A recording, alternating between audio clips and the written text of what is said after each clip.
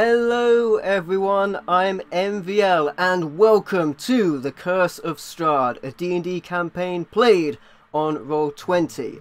I'm MVL playing Ward, we also have Nico playing Keldrin, we have Odin playing Seth, we have Sven the Crusader playing Jean, and we have Panther Leo who's streaming on Mixer playing Maldrath.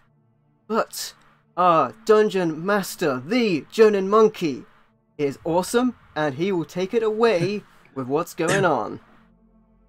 Indeed. Welcome to the Curse of Strahd. Our group, and the larger story is that our band of heroes find themselves trapped in the mist-covered lands of Barovia, ruled by the cruel vampire known as Strahd.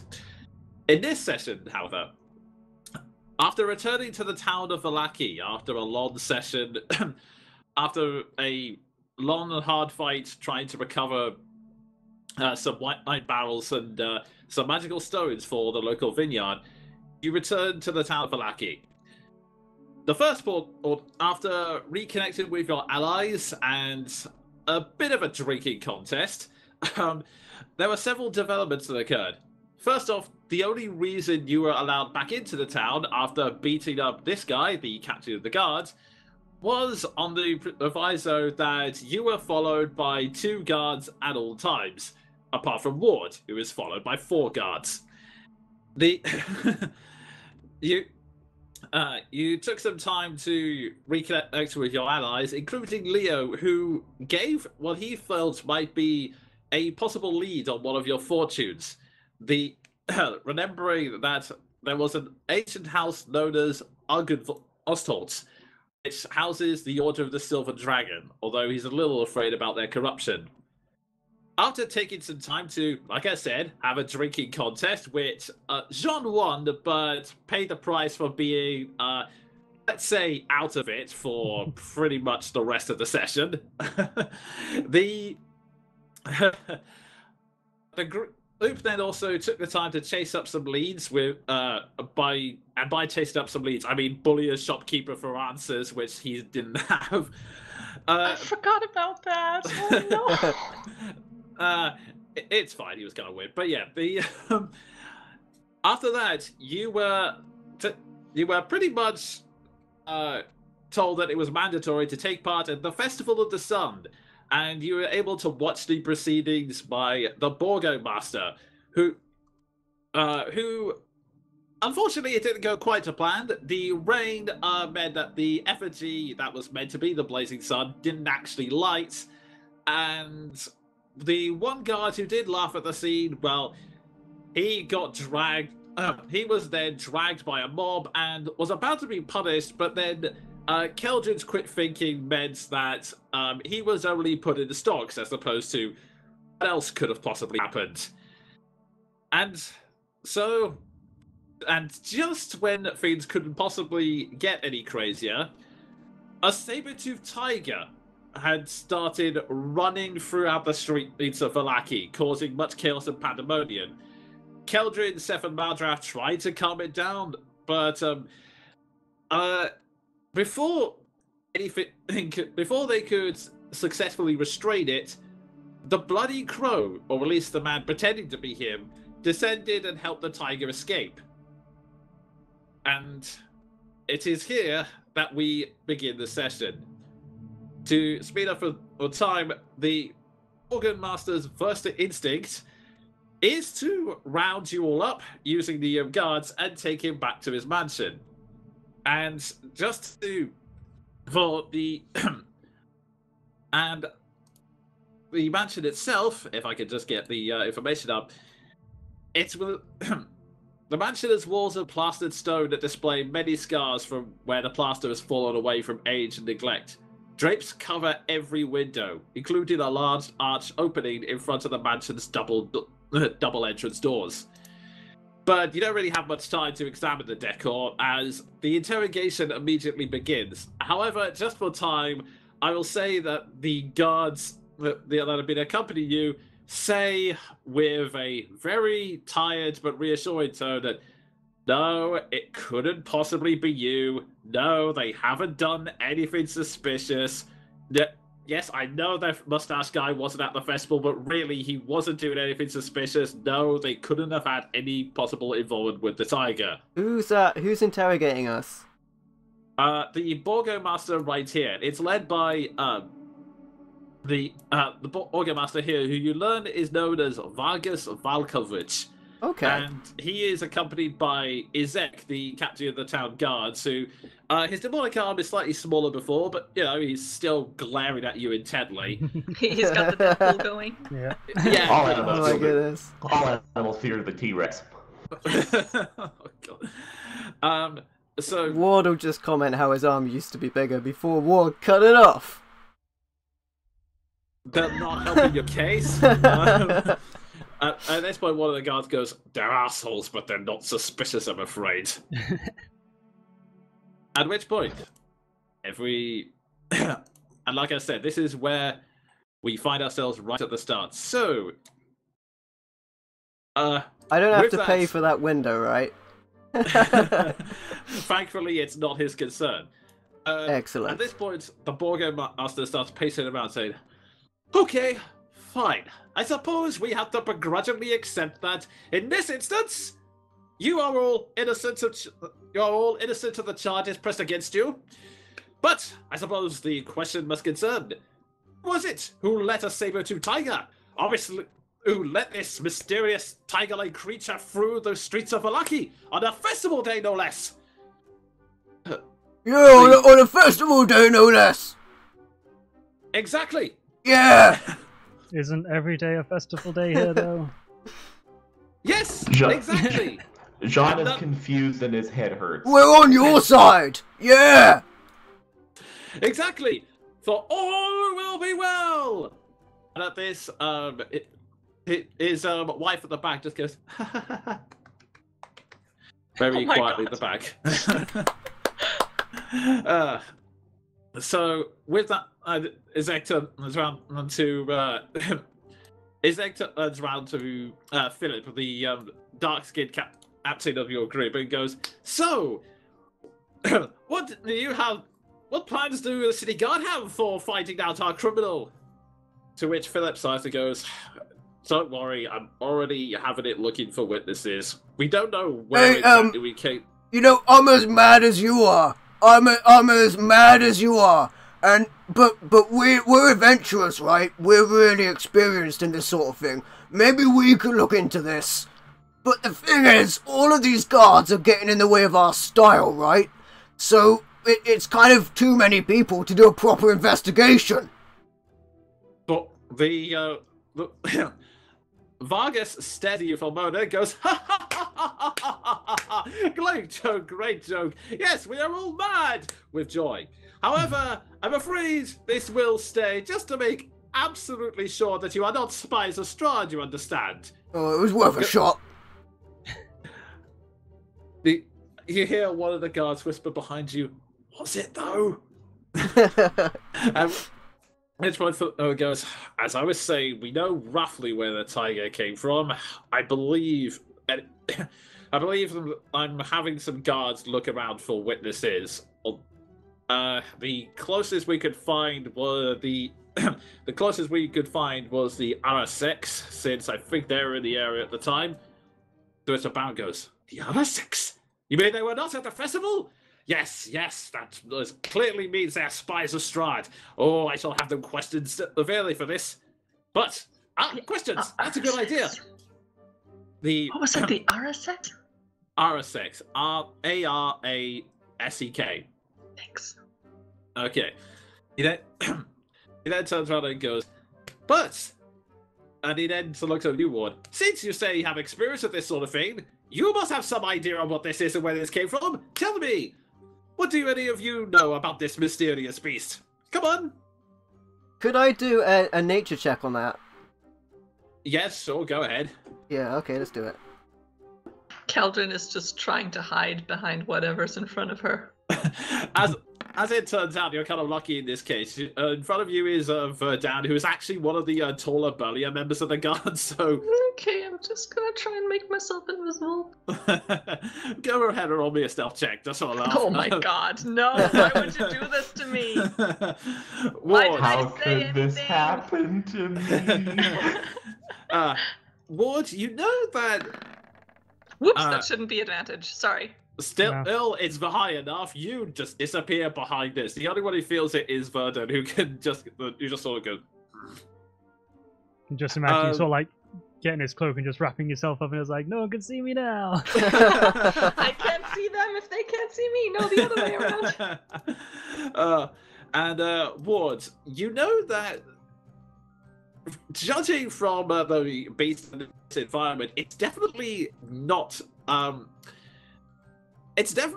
this usual habitat. Like, it's definitely not a creature from around here. It was, if anything, it was probably dropped in here by someone. That's the best you could gather from everything going on. Well, I mean, I've spent some time away from civilization, so, that creature isn't native here. It would have had to have been put here by something. Ah, yes. I knew it. This is definitely a work of a spy and a member Strahd. Did I not say, my dear, that it was a work of the devil Strahd? And his wife, this was yes, you did. Yeah, I would be sure to keep an eye on everyone in arm's reach. Exactly.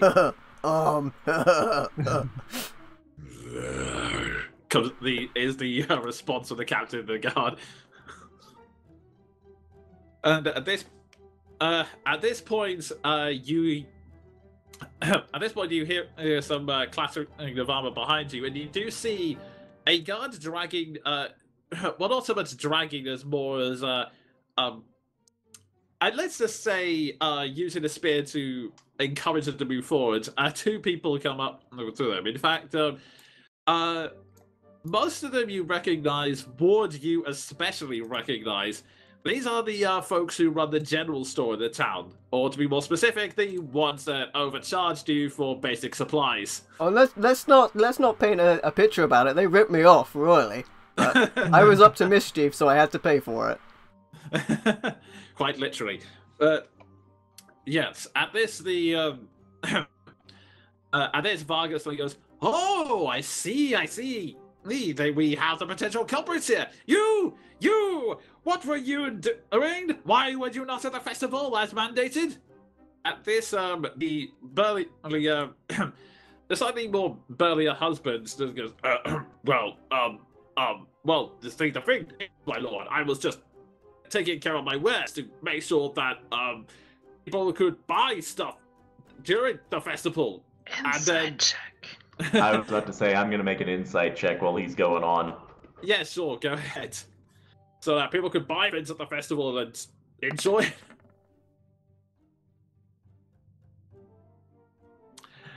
Could have been All worse. of you, all of you pick up on the fact that he is telling the truth. He was minding his wares, although it is. It's definitely something he's rehearsed a couple of times. You get the suspicion that he probably had no intention of going to the festival regardless. That seems legit. And yeah, Ward, you pick up the same for that. Thank you. And this he goes, "Okay, but more the important question. Did you happen to see where this Iger came from? This mysterious creature that ruined our day of fun?"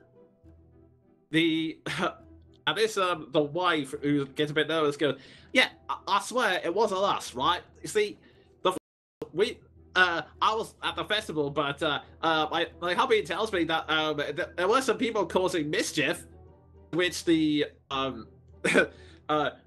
husband grunts and goes, "Yes, I was getting to that. I was minding my wares when Carl and Nikolai, those drunks, they started, they started examining some of the caravans in the local area, and for some reason they started laughing and kicking it." Oh. Is that in That's character? not in character.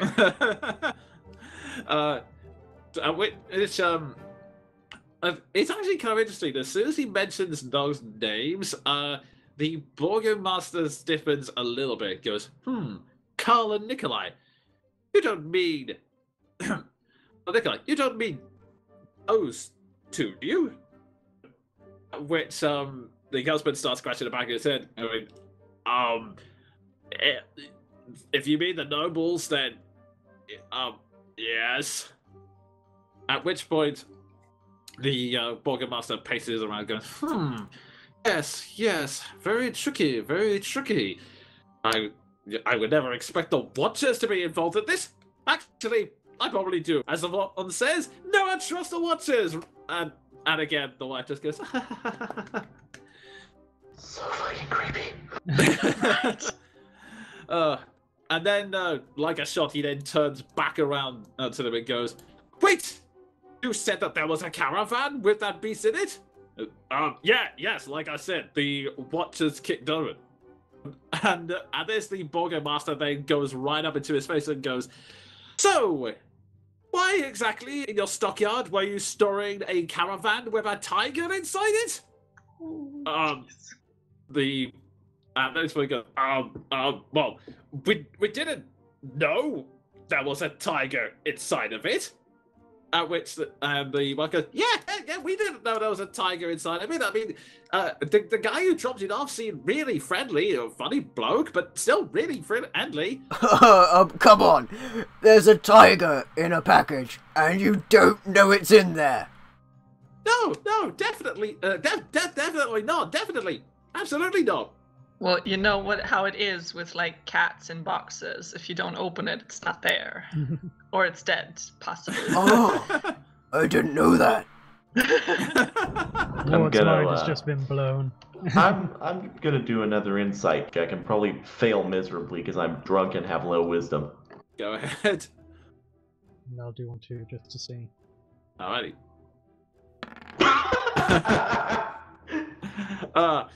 14 again, holy crap. Yeah, you both quickly catch on that they're lying through their teeth. They probably didn't know exactly what it was, but they knew there was some kind of animal in there. It depends whether you want to mention that, is up to you. Okay, You probably pick up that Kel looks guilty as fuck. may I step forward at this? Would the guards let me move? You step about, I want to say, a little bit here-ish, but then Verdam in particular just places a burly arm to make sure you don't go too far ahead. I'll just sort of rubbing my head with the hard done by hangover like aesthetic going on. It's a real mood. Jean will just be. I have some experience in these matters if you want me to interrogate them, and perhaps clear our names. Ward sees that Jean is quite clearly suffering the effects. He just goes right up to his ear. Jean, I jumped out of a window. I know. That's cool, right? I know you did. Even if I didn't land. I know you did, Ward. First, good for you. John, notice me! Second, fuck you. At which point, the Burgomaster turns around and goes, Oh, you think you're someone wordsmith, do you? Well, please, go ahead, be my guest. And Verdam, he moves the arm, but continues to glare at you. Okay, I'm just going to get right up here and say,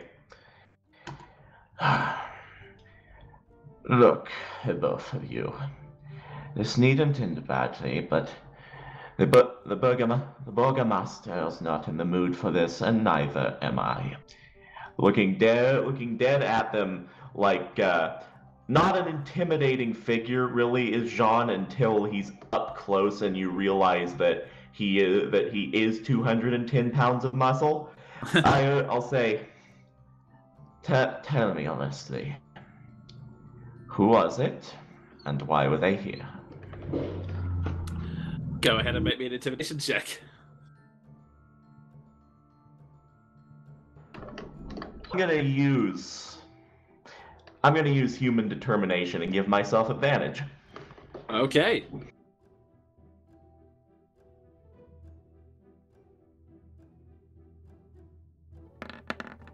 $22. Nice. They instantly start on shaking and go, well, okay. The wife speaks to her saying, well, it was this weird it was this weird Johnny fellow. He was like traveling before that. His name was Ricky something, Ricky Tavos, something like that. He had these like really funny ears. Like he reminded me more of those weird dusk elves that are outside camp. And at the mention of that, anyone who wants to can make me a knowledge roll at disadvantage, apart from unless you're either proficient in history or Ward and John with their backgrounds. Okay, yeah. Alright, let's do it. That's intelligence based, right? Yeah.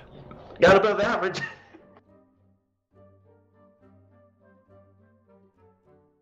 And okay, if that's it, all right. Jean, you're a bit too drunk. Like it, something about that seems odd, but you're kind of willing to let it fly.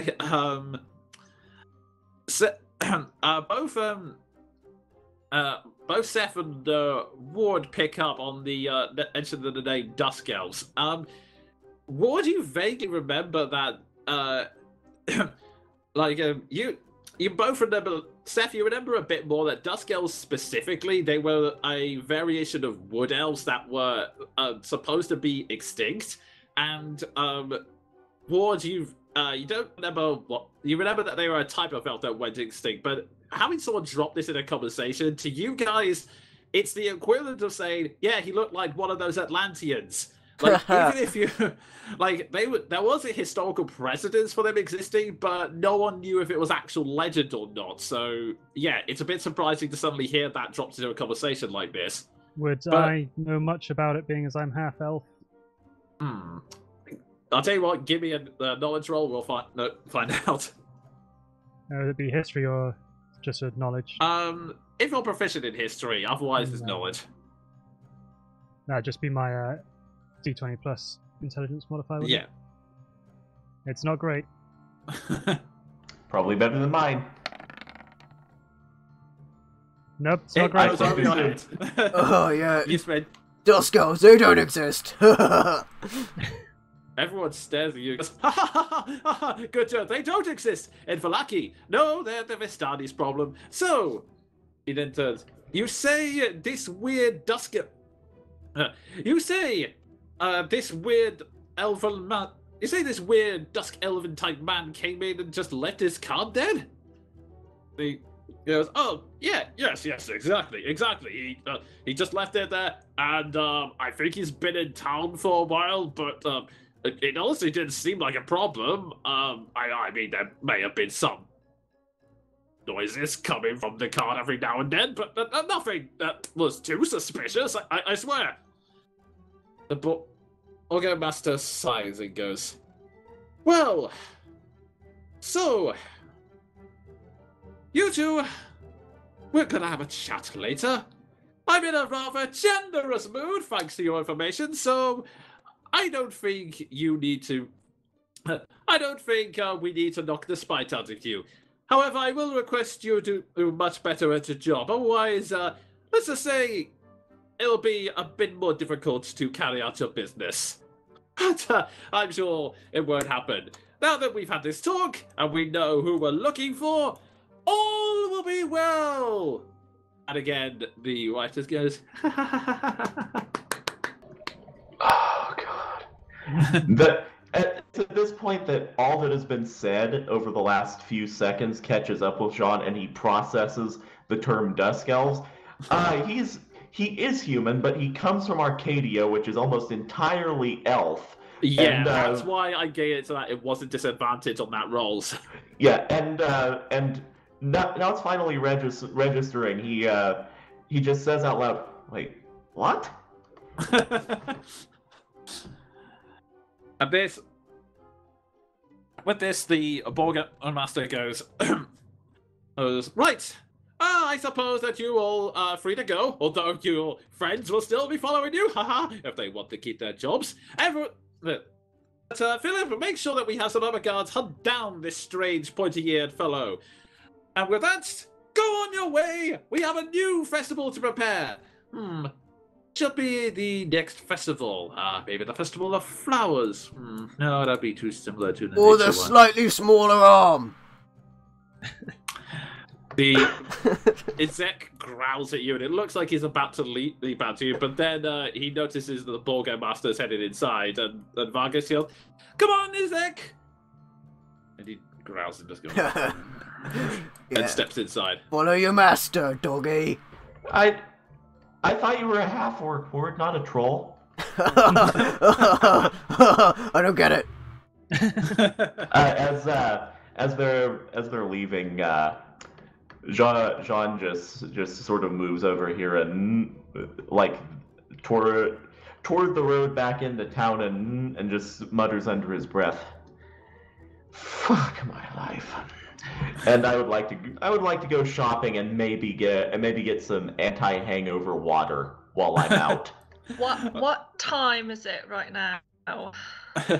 Currently, it's around, I want to say late afternoon, about 5-6 o'clock-ish, because he came back in town just about midday. The festival was around, I remember correctly, we said it was about, 2 o'clock, 3 o'clock-ish, and then there has been some time It was with just the whole... super dark because it was raining and generally dark in this godforsaken place.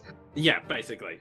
At the moment, conveniently, the rain has actually stopped now that the festival's over. It's just really cloudy and misty like it normally is. Okay, so it's downgraded to normal England instead of Scotland. Yeah, instead of Scotland. Okay, that was a good one. Okay, so and with that, with that, you are all free to go. So if I just take you back to Vallaki and change the Ward will music. just growl at the shopkeepers because he knows what they did. More specifically, they ripped him off royally last time he met them. And it's doing this. The shopkeepers go, "No, wait, no, seriously, that was all we know. You can stop this now, please, please."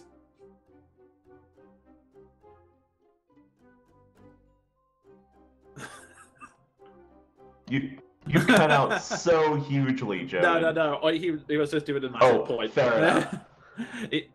Everyone was just doing a point at him, walking away. Alrighty, and with that, we'll now move over to the town of Vallaki. And back to the festival music.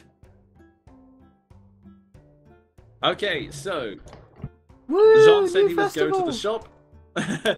Oh, hang on, I need to put John's token back then. Whilst I'm doing that, what does everyone else want to do in Vallaki?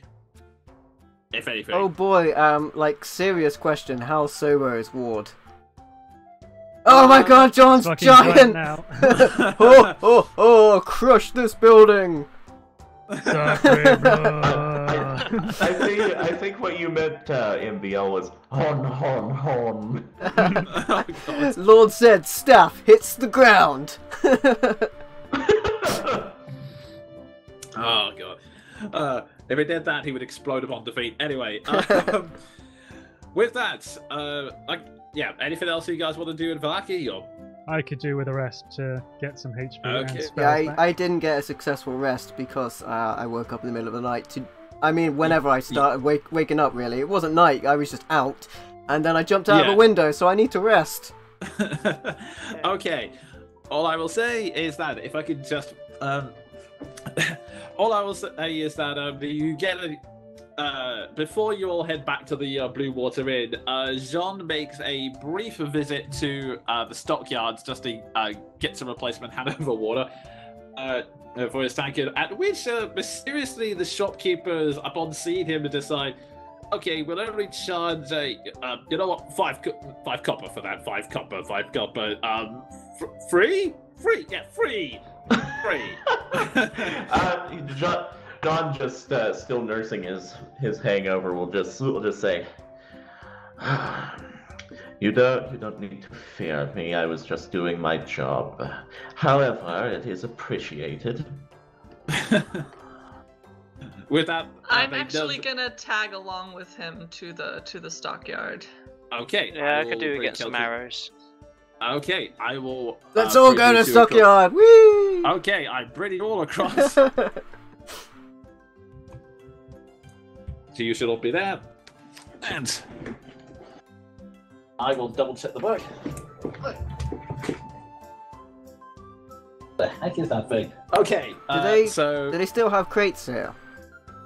Yeah, they still have crates, but you get the impression that they're mostly filled with Actually, you know what? You can make me. Well, you know, because like if a cat's in a box, it makes no sound. So I am gonna open the boxes and check for cats. Go ahead and make me an investigation check. And meanwhile, think. Just 1 second. Where's that bloody book gone? Yeah. There it is. Okay.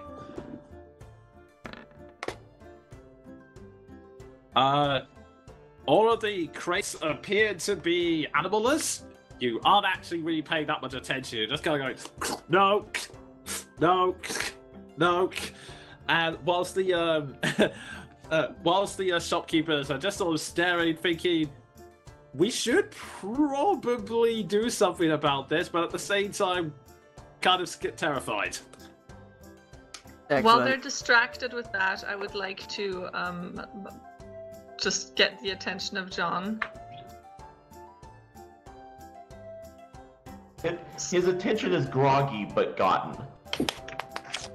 So, I actually talked to that tiger before, when we were here before, and he was in a wagon that looked very suspicious. It was all blood spattered. Is the wagon still out there, actually? Actually, the funny thing is, it is still there. It was And in that. fact, It was that one over there, the one with the "I bring you from shadow into light" written on it. And funnily enough, the door is actually burst open now. Not that funny, if you think about it. Well, okay, fair enough. And Jean will just sort of process this and say, right, interesting. He's going to take us. While Keldrin is going on, he's just gonna nurse his water and medicate his hangover. Does it look like the door was broken into or out of? I will say, you know what? I won't make a roll for this because given what you heard, it looks like it was just sort of kicked from the. It was sort of continuously kicked. It's kind of a bit of both. It was kicked a lot from the outside, and then that just sort of gave enough of a wedge for it to be pushed. So basically, it was two drunk nobles being like, "Hey, dude, hold my beer." Essentially, yes. Great. I'm gonna be John, because I've never heard of dusk elves. So is like the shadow into light a dusk elf thing? Is that a thing? I don't actually. Do I know? I'll say go ahead and make me another knowledge roll. Can I do the same since I succeeded last time? Yeah, sure.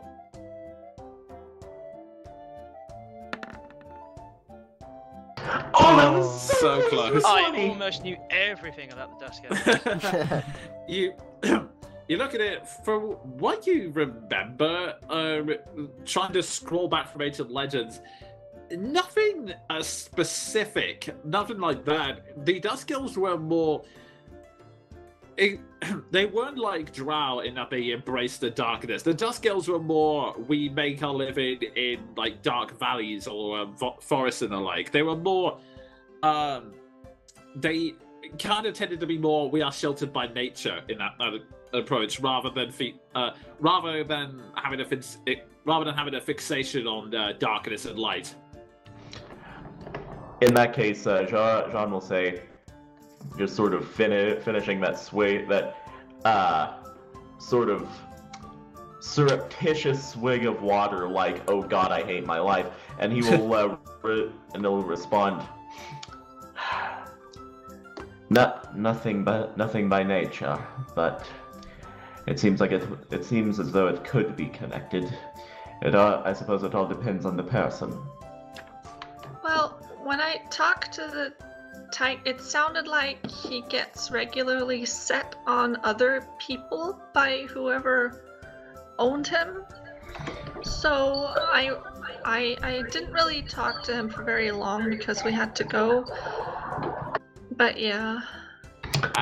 At this point, one of the guards that were following you speaks up and goes, "Right, and part of me was saying this, but how exactly were you talking to the tiger?"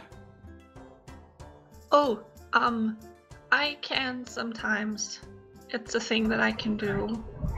I'll back her up and just say, I do believe it's a druid thing. Not a druid thing. Well, it's a kind of spell, and I can do it. If you want me to talk to your dog or your cat for you, I can do that. One of the guy who was with you looks like they're about to say something and then stops. Like it's almost as if you're curious. They were about to. It's almost like they were willing to accept your offer for a moment and then fall better off it. I mean, if they're acting really weird, and sometimes vets don't know what it's about, and they just really don't like the type of food that you give them and things like that. But like, if you have a problem, I'm rambling. It's a thing I can do. I'm sorry, I didn't mean to. The guard sighs. You know, one of these days I've got to call to your all and ask what you actually know, because stuff like this would have been really good to know earlier. Well, the tiger ran away. I was trying to get to him, and then this other dude turned up and just took him away. He put his hands up and goes, "I know, that part's appreciated. Anyway, we have the information now, and the Burgomaster would be good for news, so..." Oh no, please don't tell him. I really don't. Oh, I guess you have to. I'm going to, but before you interject, he sighs and goes, "Relax, I'm not telling him about that. I'm gonna have this wagon put under quarantine so we can find out what the heck is going on with this thing." He then sighs and goes, "Chest up. Quickly, see if you can get one of the other guards out here to arrange a quarantine of this thing, would you?" He goes, right, and just runs up the street. So while all this is going on, just processing all that was said, where is Wise? I would like to know two things. Do the general store people have, one, a shaving kit, and two, cook's utensils? Don't do it, John. Don't do it. Don't cut off the mustache. I'll have to talk you down from like the ledge, as it were. Don't do it. They have some basic stuff. You'll lose all of your levels in facial hair. They do have some basic things. They are thinking. Let's see which one would that work over here. Yeah, this will do. They're charging you 9 gold for the shaving set, and sorry, what's the other thing you're thinking of? Cook's utensils. Holy Jesus! Let's see, cook's utensils. That's they're even charging 2 worse gold than for that. last time. They're It's charging just 2 a gold for those. razor and some foam, right? I'm gonna try and talk down the price of this shaving kit. Fuck me, it's go just ahead as well that women didn't have to shave their legs in the Middle Ages. That would be so much money! Go ahead and make me either persuasion or intimidation. It's up to you. I'm not trying to be a dick to these people, so I'll just do this. Oh.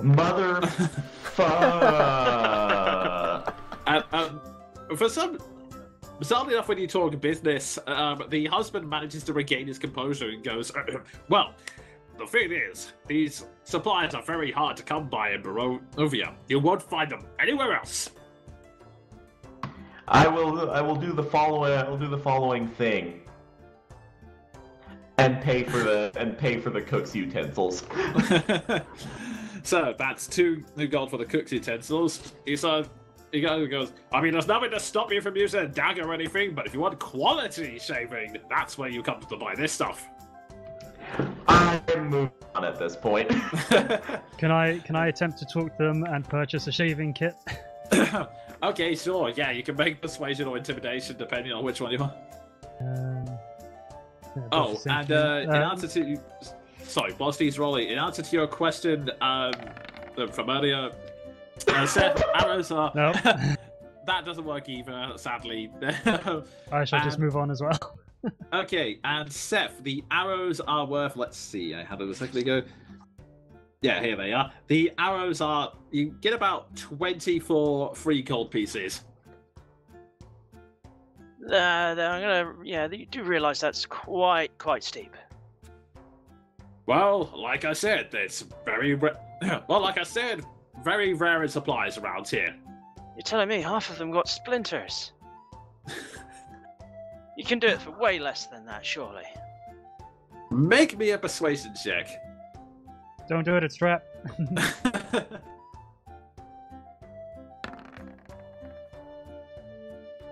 Wow, we're rolling like kings today.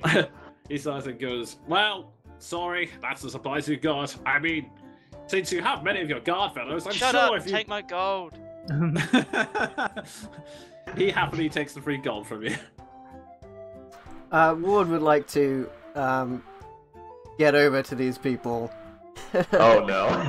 Okay. Yeah, I have a couple of problems about some purchases I made here when I last stopped. This ink, and he'll get it out and just fling it in their faces. It does that, and I didn't mean to. The guards raise their spears towards you, and apart from Philip, who just sighs and goes, I'm pretty sure that ink is not poisonous. You don't think it was, do you? The shopkeeper's like their eyes and goes, oh, what the fuck is wrong with... Oh, no, never mind.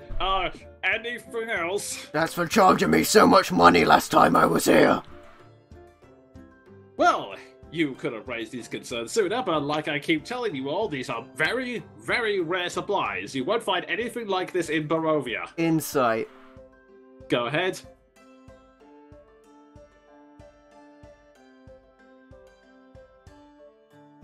What is my bonus? Rolling like kings. I mean, as far as you know, you've only been to like 2 towns, so as far as you're aware, yeah, that's entirely the case. Yeah, in total I got a mighty 6. I think Roll20 is broken. Quick, everybody change dice color. And with that, once again, you're charged ridiculous amounts of money for basic supplies. And if there's anything else you'd like to do, or you all head to bed? Yeah, I think that'll be it for me.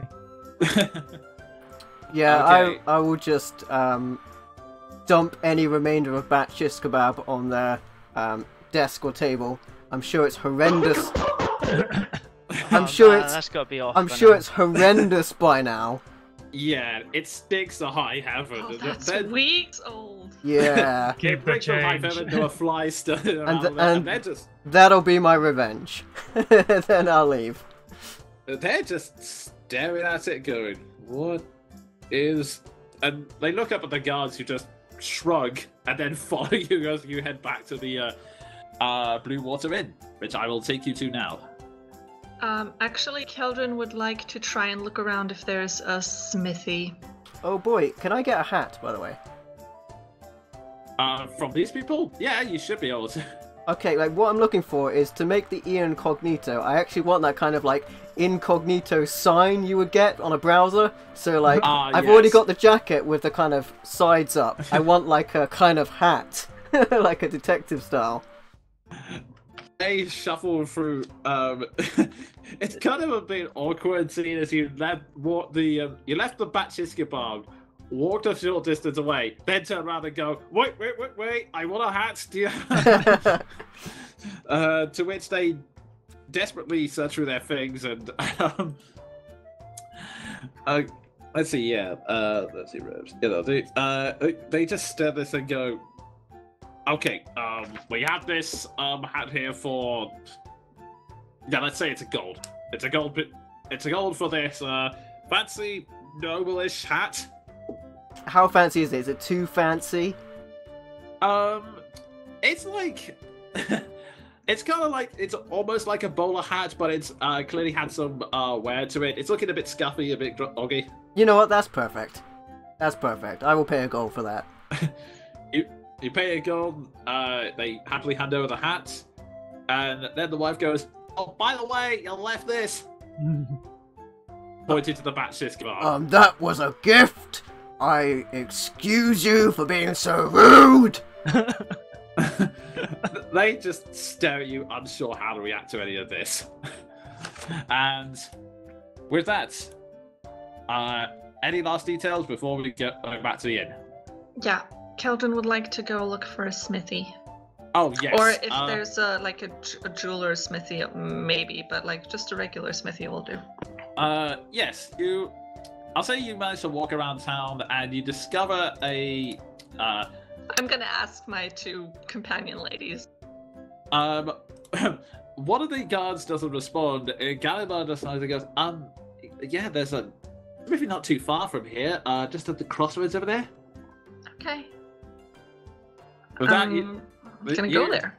Yeah, I'll just take you to now. So you approach this fairly it's fairly near what you think must be the guards barracks, but it's like a small building, this one here. Nothing too large.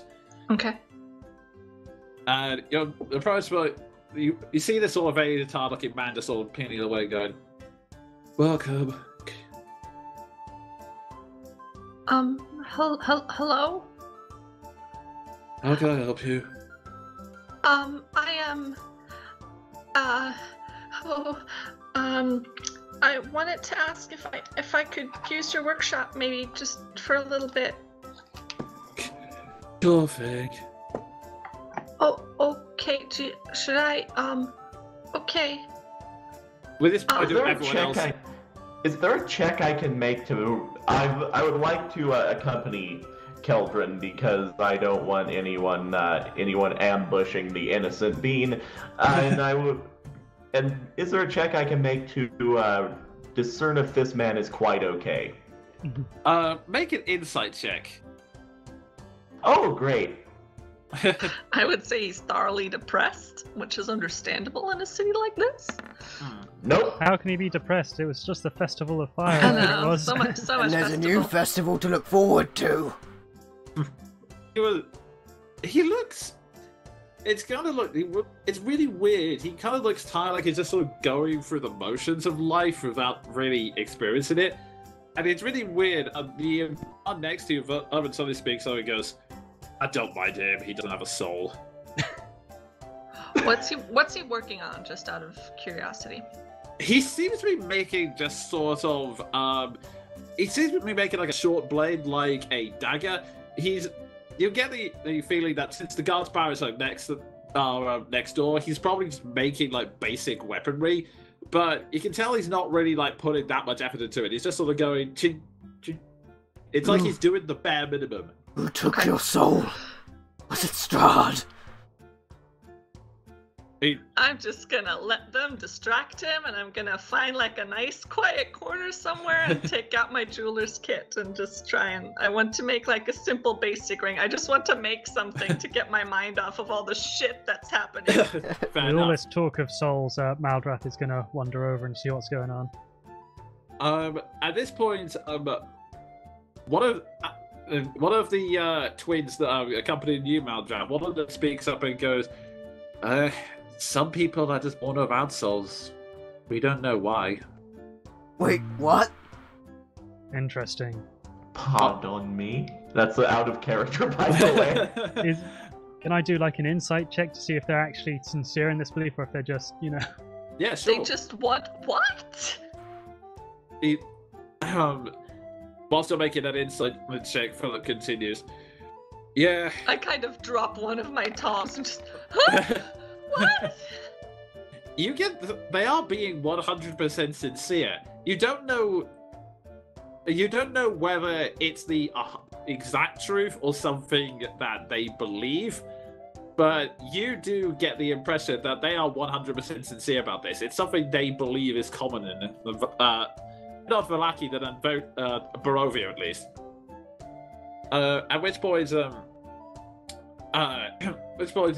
Joseph, who has come back at this time, says, "They say that they say it's like a punishment. They say it's like a part of Strahd's devisings, that it's part of the punishment he's supposed to be giving for something that happened." At which point Philip goes, "Oh, for God's sake, that's claptrap. We didn't. That's claptrap. I doubt our ancestors did anything that warrants this punishment." Well, maybe we can ask the time traveler. They all look at you suspiciously. Oh, like that's weird compared to what's gone on today. For God's sake, fair enough.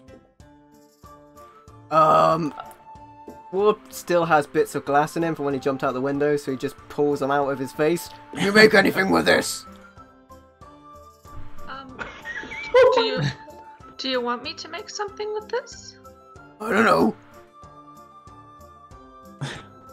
I can probably, and like the wheels just start turning.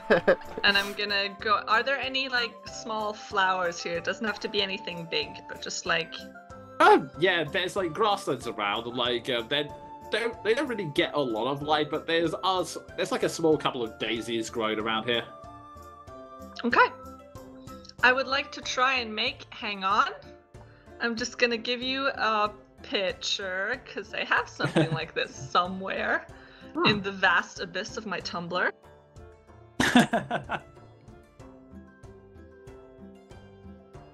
And with that, Ward is starting to feel less drunk, so starts to head back. Okay. All I'll say is, Keldring, make me a crafting check just to see if you can pull this off. Yep, hang on. Where is it? I'm pretty sure I had my jeweler's tools up somewhere. There they are. I mean, you actually do incredibly well. Yes.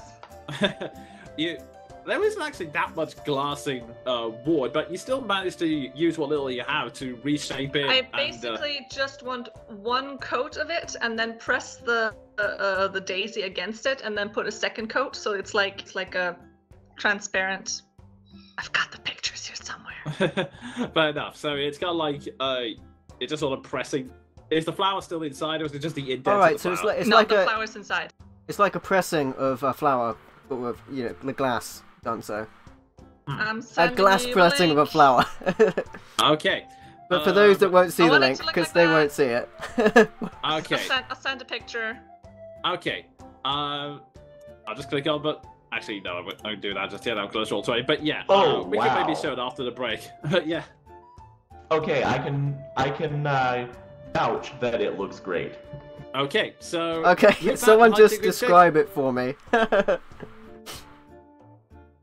we're afraid to do so without Essentially, I'll it's just open this a new tab. essentially it's a glass flower pressing set in a ring.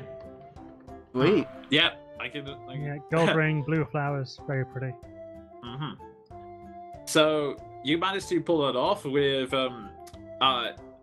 Ganima watching intently with interest, actually. And with that, you're able to just carry on furiously working and take your mind off things. And with that, you now I mean, have... that's probably gonna take the night, so I'll just focus on that. Yeah, Okay. Ward's actually going to go back to our time traveling friend and question him about this no souls thing. Oh, And, okay. And Jean also has an agenda. First and foremost, before he heads off, he's just going to rise to his full unimpressive height, and making for the door, just say to Keldrin as she's working, will you be alright here? Mm-hmm. I'll see you guys at the inn. I just nod and go on my way, and using a dagger, which he has done before, so I really hope you don't have to make me roll for it. He is his facial hair is the stuff of legends, so he's going to trim it into a new character design. Okay. Natural 1, clean shaven. Do I make you do a shaving roll? What would that even be? Yeah, dex saving throw for sure. How do you want to do this? Yeah, go ahead and make me a dexterity check. Oh, I used my human determination. If you fail, it's a stroke save to see if you cut your own throat. No. Jean dies due to a tragic shaving accident. You actually do really, you do really well. You managed to, with the rough dagger, it's still like 1 or 2 hairs sticking out, like maybe like 1 or few tiny nicks, but nothing that won't heal in a day. I have literally been through worse in the last few hours. Yeah. And for the record, this is me now. Let's Okay, see, again, they can't see links. Okay, we'll bring it up. like- We'll bring it up at some For those point. that can't see Yeah, I will links, do- This is the pic. This is the ring. Cool Yeah, beans. I will. That looks really cool, Okay. actually. All right. Oh Just my to god, give that picture. Yeah, just to give the description here. The moustache is now considerably thinned. It's now just sort of covering his top lip rather than the entirety of his face. It still has the upward curl, so it is still pretty much the. It has the classic Jean flair, but not to the ridiculous length it was before. He's also I presume you want the beard as well. Yes. So hipster. It's so hipster. Oh my god. Yeah. Or So. French. So it used to be just a mustache, but over the past few days, it seems to have grown very quickly. It's something he probably had to style all the time. So he now has like a full-on. Now has like a still slightly trimmed beard that's grown down here, and the full mustache at the top. So he kind of looks like a Victorian gentleman now. It's a lot of maintenance. Yeah. This and polishing his armor are the 2 things on which Jean spends his most of his non-drinking time. Okay. And with that, I am going to move you to the church to have a look at the other. Amazing. So what's going on with these Mustache. people with no souls? Is that where we're going now? Yes. Yes, that's what you are asking Leo about that. And I mean, Yeah. yeah, the priest lady is here as well, so she can probably help us out. Help Yeah, you guys out. I'm still working. Yeah, I am just gonna take Keldrin and Galimo away, and this time I got it. Okay. So, hang on, have I moved you guys there yet? Yeah, we're in the church. Okay, great. So, you guys pop back into the church. Leo sees you coming and approaches, going, hello. Hello, you're back. How can I help you? Leo, why don't people have souls? Where's God? I'm sorry, what? Well, something happened in the past, we think, that made Strahd angry? And now people don't have souls. You're a holy man or something, aren't you? Aren't you? He looks at it and goes, well, the thing is, I am indeed a holy man, but it was because of Petal's divine will that I actually jumped a few years. I mean, in my time, Strahd was just a conqueror. Like, he was actively invading nations. He was invading this one, and he was invading my home of Voltalia. I mean, the last thing I knew before I woke up in this town was defending my kingdom against one of his generals, Drakis. And to your knowledge, everyone had souls back then, correct? Yes? I mean, wasn't that your knowledge up until now? He's looking at you. He's kind of looking at you like, this isn't some future thing, is it? Ward's run out of ideas, he runs around the corner. Irina, why don't people have souls? And for the record, Jean is not here. He is currently doing the hipster in his room in the tavern. Okay, fair enough. I will remove Jean and these two guards from the map. And in response to your question, Irina just sort of looks at you and goes, some people are just not born with souls. Oh, this is way too heavy for me right now. Is this really important? Do we not have better things to do? Yeah, let's get drunk. At which point the guards also sigh. And with that, you all drag your weary bodies back to the Blue Water Inn. It's very... Bye, Irina. Bye, Irina. You go, bye. And so, with that, I'm going to assume that this is all taking place much later. As far as you can tell, the sun is setting. The light's getting darker, at least. You can never really tell. I've spent my entire day at the inn. First and foremost, facial hair. Second, armor, weapons, sharpen them, polish them. Third, put food on top of the alcohol, because that is a good idea. Fair enough. You make a request with...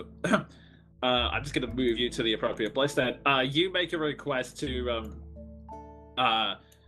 you make a request to the Dannyco in order to get some food, and Owen charges you 1 silver for it, but otherwise, yeah, you are able to get a meal and you're able to polish it in as well. Meanwhile, Verdum's just sort of standing... Verdum, the bully man, is just sort of standing there the whole time, just watching you intently. I'm just not even looking up from what I'm doing. I am legit shit. I've polished my shield to a point where I can use it as a mirror, and I'm just not even looking up from my shaving. I just casually say, you know, in a better time and place, I could give you a few tips. I don't need them. Thank you. I do glance over it and say, admittedly, your beard is rather impressive, but everything can be duly styled. And for the rest of you, as you come in, you see Carl and you see the two nobles there, and in fact, I'm just going to pull a guard in there. They are actually being interrogated by a guard, and they're going, "No, I swear, right? We're just like watching the festival. We weren't anywhere near there, officer." Right, you sure? Yeah, yes, quite. Mother could tell you about it if you want. It's like, yes, I'm sure she can. Fine. We won't look into this matter anymore. Thank you for your time, Mr. Watchers. And he starts to walk off. And as he does so, the one of them yells back, "Oh, by the way, if you guys want to do something useful, you can find my coat. It's been missing for days."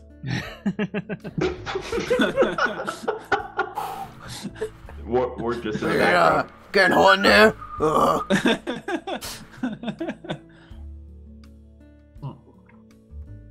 And with that, is there anything else you'd like to do apart from get drunk, or are you all heading for bed?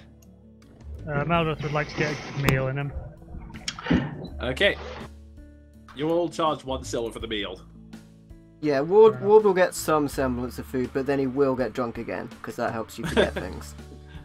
Okay then. Make me a constitution save just to see how drunk you get. Yeah.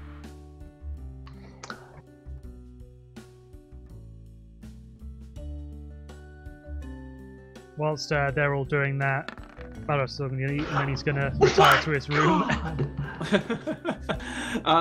Ward, amazingly, it's like you've rebounded from your earlier hangover. The drink's just not having an effect on you tonight. Which is a cruel twist of fate, because Ward wants to be drunk. Aww. Okay. Yeah, in which case Ward has his meal, and then eventually finds his way to rest. And sorry, Maldown, you just getting food, or you... Yeah, I'm just gonna eat, and then he's gonna retire to his room and pray to Kellenborg for some sort of guidance on this soul issue, because it's really bugging him. Okay. And as for me, I'm gonna finish up what I'm doing and just sort of look at my handiwork, and then very conversationally just speak up and say, I have a question for you, if you would answer. Depends what it is. Fair enough. Why do you tolerate it? This life here? Besides, because there's no other life. I can sympathize with that. But you could make a new life for yourself. You don't, strictly speaking, have to tolerate that bloody madman you work for. Eat the rich. Eat the rich. He sighs, really this armor and goes, you do realize I could have you thrown into jail for making talk against the Burgomaster, right? I realize you could, but I also realize that you, unlike him, are not a bloody madman. So make of that what you will. Just watch yourself. It's what I do best. Okay. So with that, you all start to slowly creep out to your rooms one by one, and I slowly start to move the tokens one by one as well.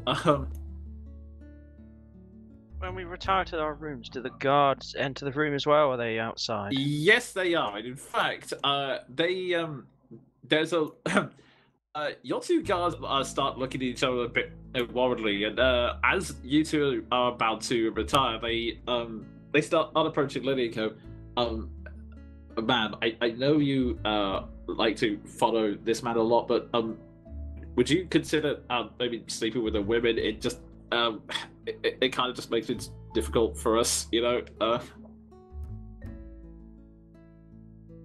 it's Lily goes, you do realize this is the first time I've seen my husband in years, right? Well, yes. I can't. Okay. I don't think you could be much ruder right now. Okay, fine. Okay, we'll wait outside for you to change, and then we can. Okay, fine. I'll talk with the captain. We might be able to wait outside. Filthy voyeurs. Ward puts his earplugs in. Sacre bleu, if you know what I mean. Okay. I'm just gonna slowly move each and every one of you to your rooms. Why would it let me drop Maldo off? There we go. And when I come back, is Ward still up? I imagine I'm still up, just lamenting the fact that I'm not drunk. Okay, so you're still at the bar, right? I'll move you back to where you are, and yeah, it'll be pretty late by the time he does make his way to rest. Okay. Meanwhile, I'm gonna do so.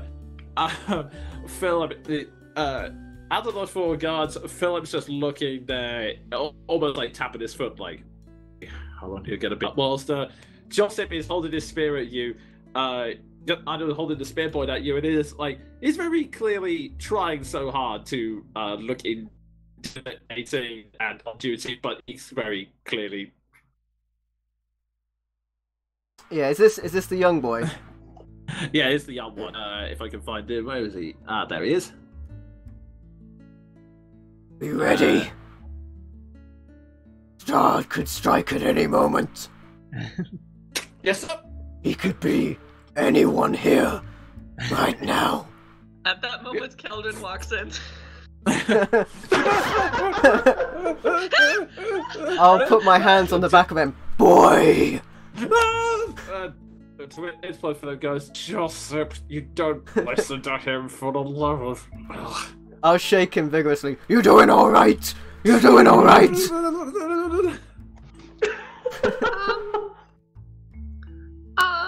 Hey Ward, I made. Did you want it for something, or did you just want to get rid of the glass? Because I understand that too. Wait, what are you talking about? I've I had made some a number from of your drinks face glass. since we last spoke. Face glass, wait, what's that? And she'll just like show him the ring. Did you want it for anybody? Because otherwise, maybe I can sell it. Wait, you made that? Yeah. Whoa, why'd you make that? In the smithy where you guys left me. Oh, thank you. I mean, only if you want it, because it's probably a nice gift for someone. I thought maybe I could give it to Irina. Yeah, give it to Irina. Yeah. Alright. Sure. Well, is this the point where you get the Dragon Age Origins message of award approves +3? Ward is like thumbing around in his pockets, like very nervously. Also, I'm gonna. Yeah, before we go to sleep, I'm gonna go over to the bartender lady. Danica, yes. Yeah, and I'm just gonna. So I'm gonna see if I can come back tomorrow for the book that hasn't arrived yet. She sighs. Don't worry, dear. It'll be taken care of. If we can't get it to you tomorrow, we'll get it to you on the road. I can probably come back for it. It's fine. I like attempt a stealthy wink. Okay. Stealthy wink Go check. ahead, make me a deception. Oh my god. Deception. Don't you Oh, have? that's Don't you have? great. Don't you have -2. 7 charisma? -2, babes. Ooh. The guards look at you kind of suspiciously, and she laughs and goes, don't worry. Okay. This is the kind of thing you want to read alone. Trust me, girl. Start blushing and just, in my abject failure, go up and go to sleep. And with that, Ward watches her leave. When she's gone, he takes out a ring from his pocket and looks at it. With the guards around you. Yeah, I don't care about the guards. Cool. Yeah. The guards. I need to get drunk right now. At which point, Owen, the bartender, pours another drink and goes, on the house. Immediately.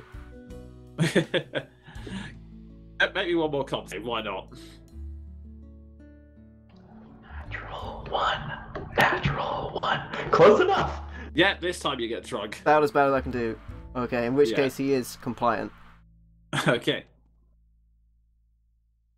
And so, with that, Ward finally gets his drink and then slowly crashes into bed, waking up a lot of the others, but still managing to get to his room. And I'm just going to move all the guards to their places. I've been cloned. Oh, really? Where? There's now Seths. Okay, where's the second Seth? I'm trying to for some reason, like... I'm in with Ward and the rest of the group, and I'm also in a room on my own with Lily. Right, okay. That is really weird. For some reason, your token's not visible on my map. I don't know what... I'd love to be Careless there. I can't whisper see playing it. there we in the are. distance. Okay, Yeah. I'll delete... Seth Okay, is I'll do- so fast I can't see now. that he started running from our room to Okay. get to the other room. But he was in fact in 2 places at once during that time Okay, because of his as- speed. Okay, hindsight 30... It's like, I know it's been a few years, Lee, and some things have There we changed. go. Let me introduce you to Seth. I've now got a 10-degree arc of vision now. Okay, this is really weird. Bear with me. That's your vision slowly closing as it comes to night. Hang on. Oh, jeez, I'm an idiot. Okay. Hold on. Save. There we go. Okay. Apologies for technical difficulties. Anyway, with that, if I could just find Gallimer, you all start to slowly fall asleep one by one.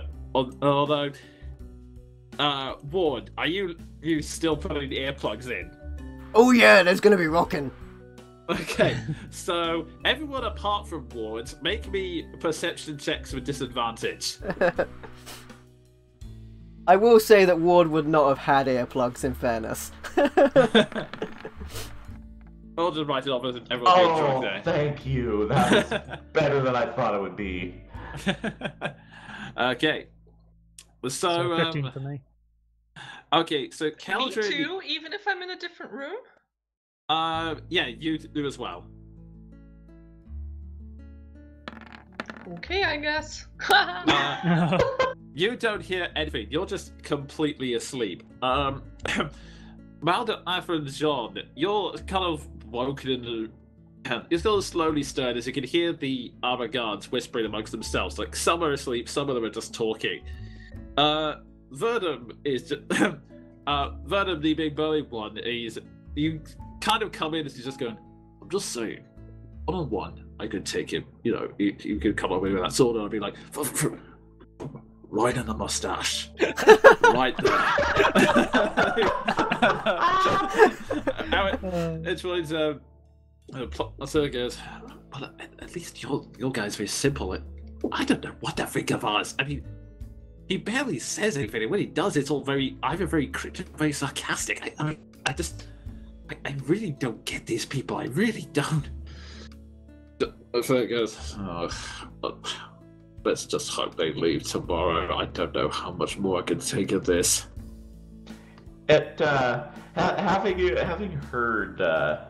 Having heard what Verdun said, just seemingly without waking up, even though he is very much awake and heard this, Jean is going to very ostentatiously just do. Oh, sacre bleu. And then settle back into sleep, or apparent sleep. As you do settle back into sleep, he just sighs and goes, tell you what, I can hold down my drink better than he can do. I don't think Lord will help me. And meanwhile, Seth, could you also make me a perception check as you're sleeping? This is with disadvantage as well. Don't turn on us, Lily. Don't turn on us. Alright. You very slowly... you kind of... In the middle of your sleep, you slowly hear rustling. You wait... You slowly prise open an eye and you see... Lily is kind of... She is currently... It's kind of hard to tell in the dark, but it appears that she's sort of she's definitely uneasy. Like she's just going.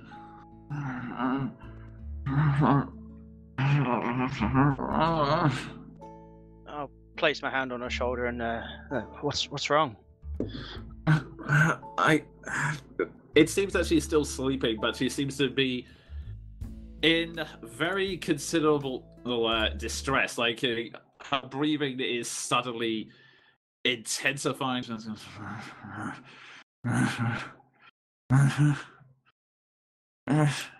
And it's at this point you suddenly notice her muscles are starting to bulge. Oh no.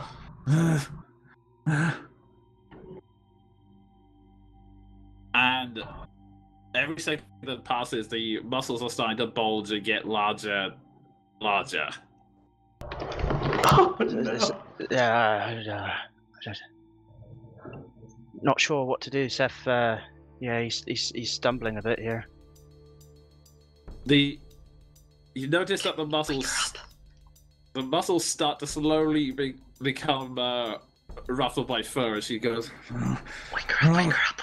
Yeah, I'm gonna try pouring water on her. You Bad dog! you take out your water skin and just sort of pour water on her face, and her reaction just goes and make me a strength saving throw.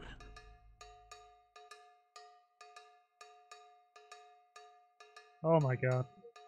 You you suddenly manage to catch your ground, and you just sort of instinctively, your hands raised to catch her, and you catch her arms, and she is now in full werewolf form, and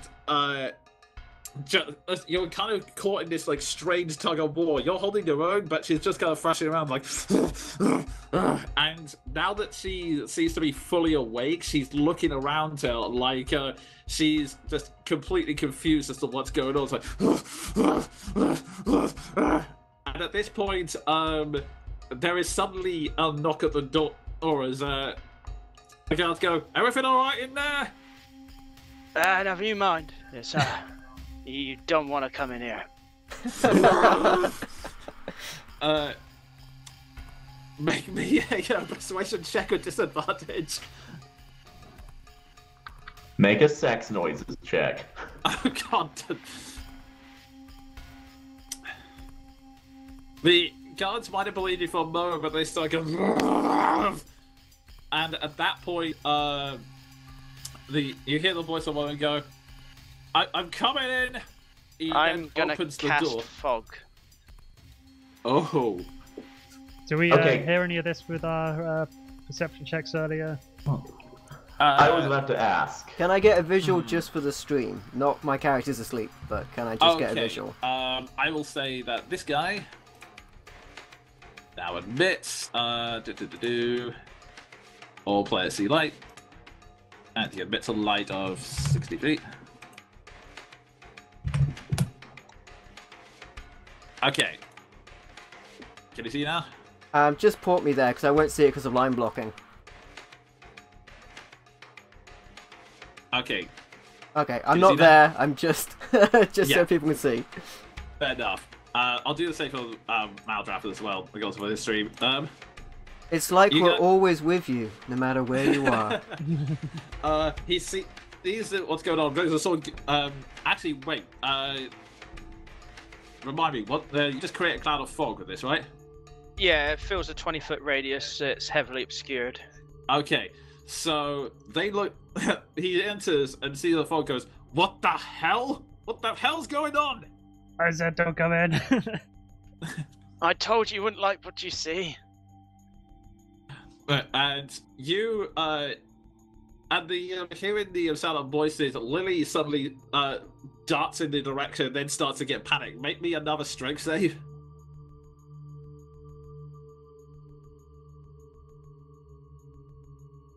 I will also hear it to say at this instance, in fact, I'm just gonna have Lily make a strength roll against you. I will also say at this time you do hear you do also hear a raven cry of, "Ah! from outside. And It's okay, Lily. You're safe here.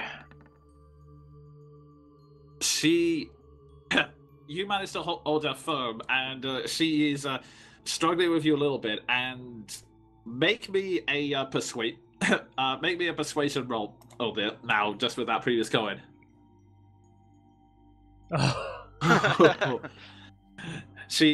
You can sort of feel her starting to slowly calm down. And slowly the muscles relax in your arm, and you can sort of feel the shape slowly regressing. How long does the fog last, just out of curiosity? I'll double check a minute, but I'm pretty sure it's at least a minute or Okay. more. She I'm- slowly. I'm like shifts- I'm like fucking SpongeBob against the wall right now. Up to 1 hour. Wow. Concentration, though. You can drop it whenever you Yeah, want he'll to. be able to stop it when he wants to. At this moment, the guards looking around, going, "What the hell's going on in here?" Once I'm Fumbles- sure Lily's back to normal, I'm gonna just go. I'm gonna open the window a minute, and as I open the window, I'm gonna dismiss the fog. You do so. The fog slowly starts to disappear, and at this point, you can very clearly see one of the guards in with you. He has his weapon drawn, and he's looking very shocked and dismayed. And he goes, would you mind explaining to me what the hell that was all about? Well, you obviously Dreamcasting nightmare. you know obviously. what happens between man and wife. Things can get quite hot and steamy. You see, when two people love each other she very also much. has night terrors, so Make me a persuasion check with disadvantage. What the fuck? Oh my god. Oh no! He's other goes, look, I want to trust you people, I really do, but you have to come clean with me on this. What the hell is going on? you see magical fog outside. What's the difference with fog inside? He says, the problem is that fog is controlled by Strahd. Oh, he's Then got you there. Strahd's here. Close the Make me a window. persuasion check.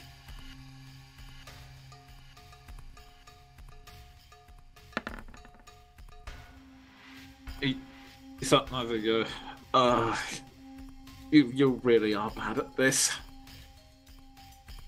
At this point, just when things are at this point, another person bursts into the room. This time, of all people, it's Danica. He bursts in and goes, oh my god. I swear, are you alright? We had this, we had a random spellcaster outside causing a bit of a chaos. I would hate to think if anything bad happened to you. Yes, babe. There was a load of loud noises and some fog that came into the room. Yep. The guard walks his back to Danica and goes, so, you say there was a mage outside? Yeah, you may not have noticed, these people attract trouble. These people that attract a lot of trouble. I mean, it might have been those cultists. I mean, we know they're working with Strahd. The guy said, that cult, I swear. Alright. We'll have someone look into it in the morning. So, and you two definitely don't know anything about this. No clue. One last persuasion check. Come on, you can do it. What, the nat one? This one's not a disadvantage. You can do it. That It's wasn't a one. 10. Average. He looks at you and just goes, I alright. mean, whatever reason could there be? He's like, I'll admit, I can't think of one. Look, I want to trust you people, just don't make it hard for me, okay? I'm And with trying. And with that, he dejectedly slowly starts to walk outside. At which point, Danica also says, dear, if you wouldn't mind, would you maybe wake up my husband? He's in the next room. Tell him to get some water, just in case, these people need any sort of treatment or anything. He looks at her inquisitively and goes, I'll see what I can do. He then slowly starts to walk off. And Danica waits until she hears the footsteps walk away. Then approaches the two of you and goes, so what actually happened, darling?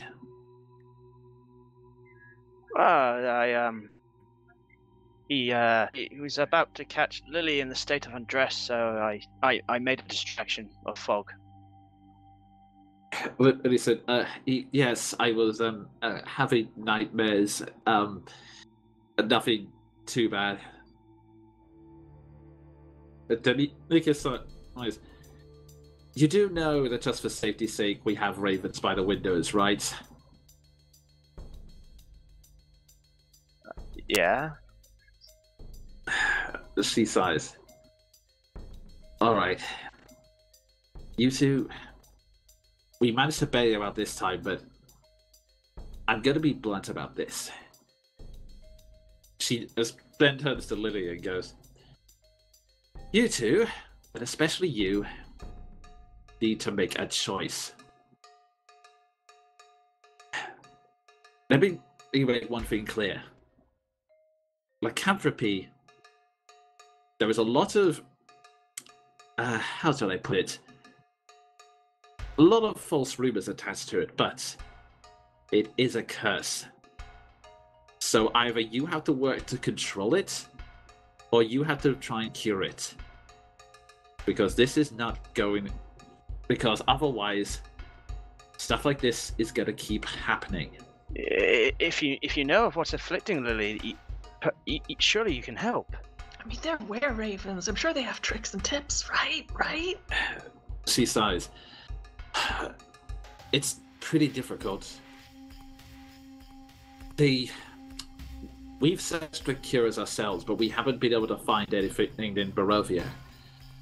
In terms of living with it, you have to learn to control your emotions. Lycanthropy is not pure evil, as some people say. What it does is amplify base impulses to the point where most people control them. Every violent thought is instantly acted upon, unless you learn control. To learn not to let your emotions take over. At this point, Lily goes, I was having a nightmare. How the fuck was I meant to control that? At which point, Danica just coldly stares back at her and goes, You need to learn to control that. Is that something you have said, or something you thought? She goes, you don't know what I've been through. If you knew for a second what I went through with that pack, and again, Danica just shuts him and goes, don't know what you've been through, but I know what you're going through now. And would you still be saying those things if you had managed to close Seth open? Would you still be saying it if you had killed innocent people? Lily sighed. As child, you need to do this. You need to think about your behavior. What is your personality and what is the lycanthropy impulses? Because let me make one thing clear. If you do not do this, people will die. I've had to be strict as a mother just to make sure our children don't go feral. So that's why you, and you as well, he says, turning back to Seth, need to work together and control this. I can't save you every time, but you can save yourselves. Good night. Now, I have a question. Mm-hmm. Would any of this been heard through the walls? No, I will say not. Okay.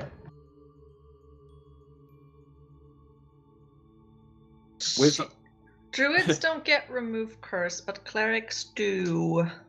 That might be a thing we could try. All things to debate in the morning. Meanwhile, Lily sighs and just goes, Seth, I'm so sorry. I.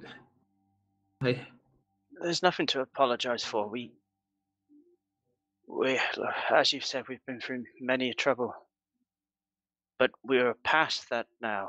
This is a trivial matter in comparison, and just another stepping stone to taking down Strahd. Besides, indeed, I do want to take down Strahd more than anything. It's just, I really don't want to lose myself in the process either. I mean, it's been so long, I'm struggling to remember those days. You can never be lost, Lily, for you always remain with me, even when you're gone.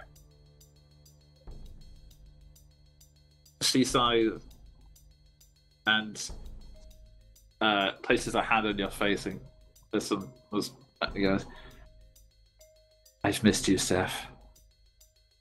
I've missed you so much. Words can't describe the joy when I found you. I think I know how it felt. I'm sorry. I will. Hopefully, I'll try and calm myself before I go to sleep. You can do this. I'm here for you. Thank you. Night. And with that, the two of you slowly creep to your beds. And a rather tense night slowly comes to an end. And behind the mist, the sun slowly rises. And the faintest of light creeps in, announcing the dawn of a new day. And that is where we're going to take a quick break. Okay. I figured as much. Guys, we're going to take a quick break. We will be right back. Until then, enjoy the music and the art, and we will see you soon. Be right back. Okay. Yo!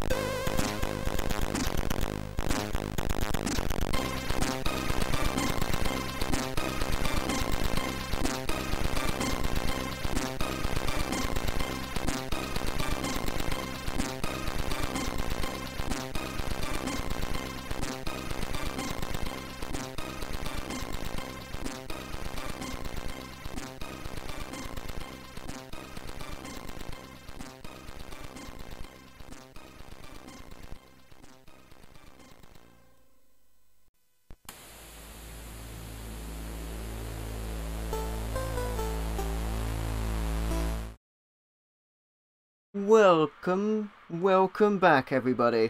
I just want to quickly mention for Brett the Ninja, his wheelchair has been funded. I mentioned this on the Age of Worms campaign.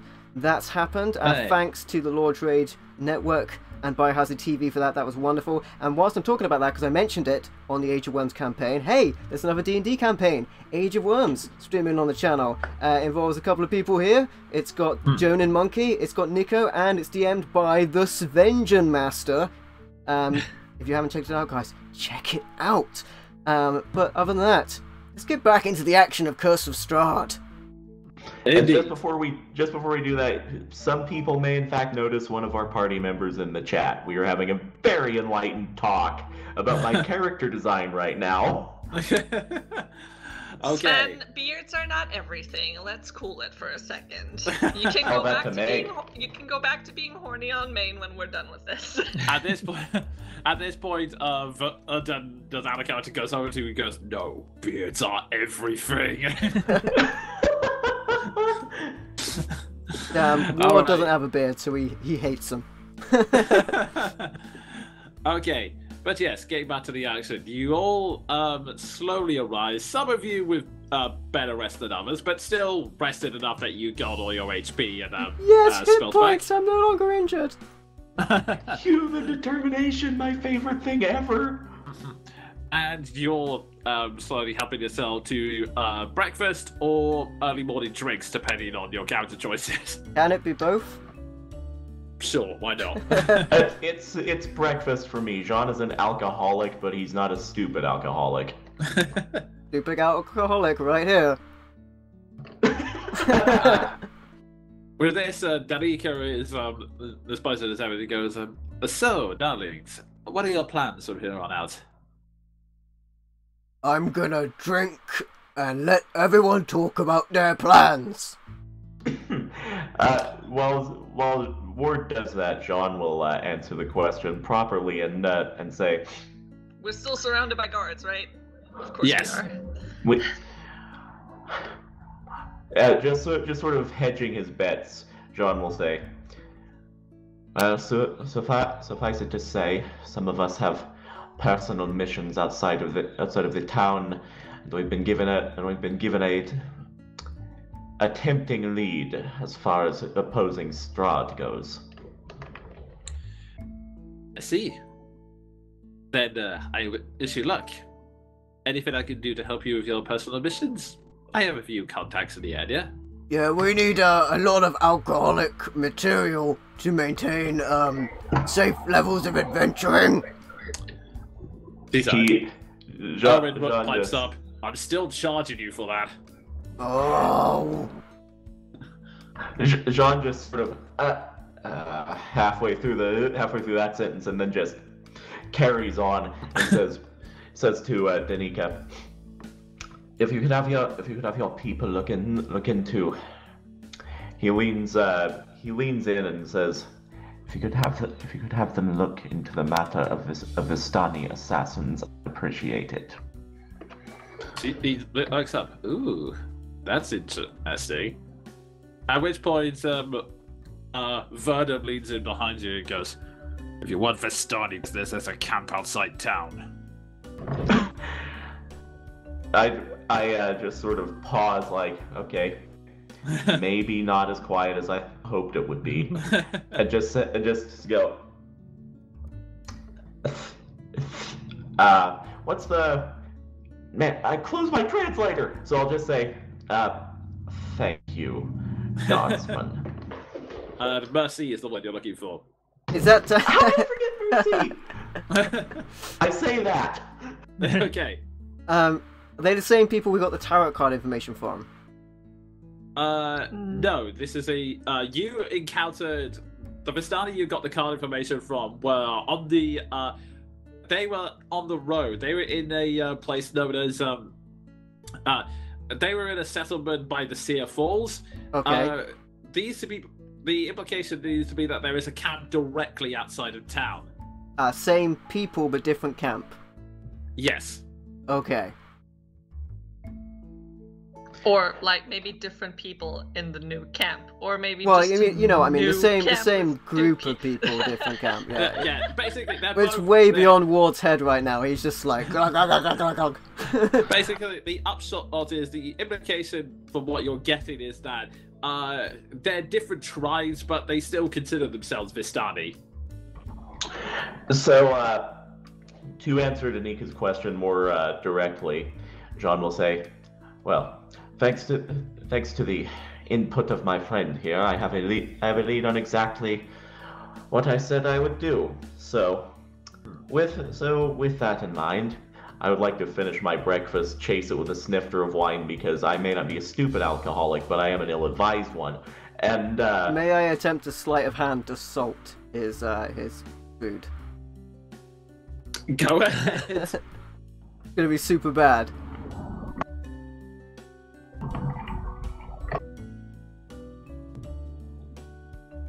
Wait for it.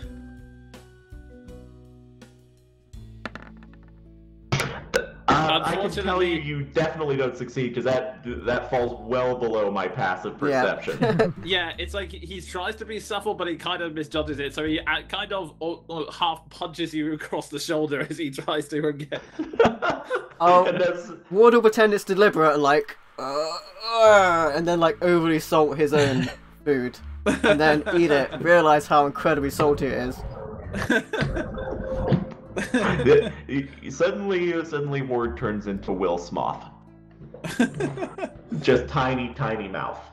And Jean will see this, just sort of, and then stand up, swill his snifter of wine, and go Vistani searching. Okay then. I don't know how you beat me in that drinking competition, but I'll find out. I look forward to it. Okay, you start heading off, followed by Verdun and his companion, who I haven't generated here. Anyone else want to say anything before heading out, or? Yeah, Ward's gonna grab Keldrin real quick. Not literally grab, like. Lift up my like armpits. lifting a cat.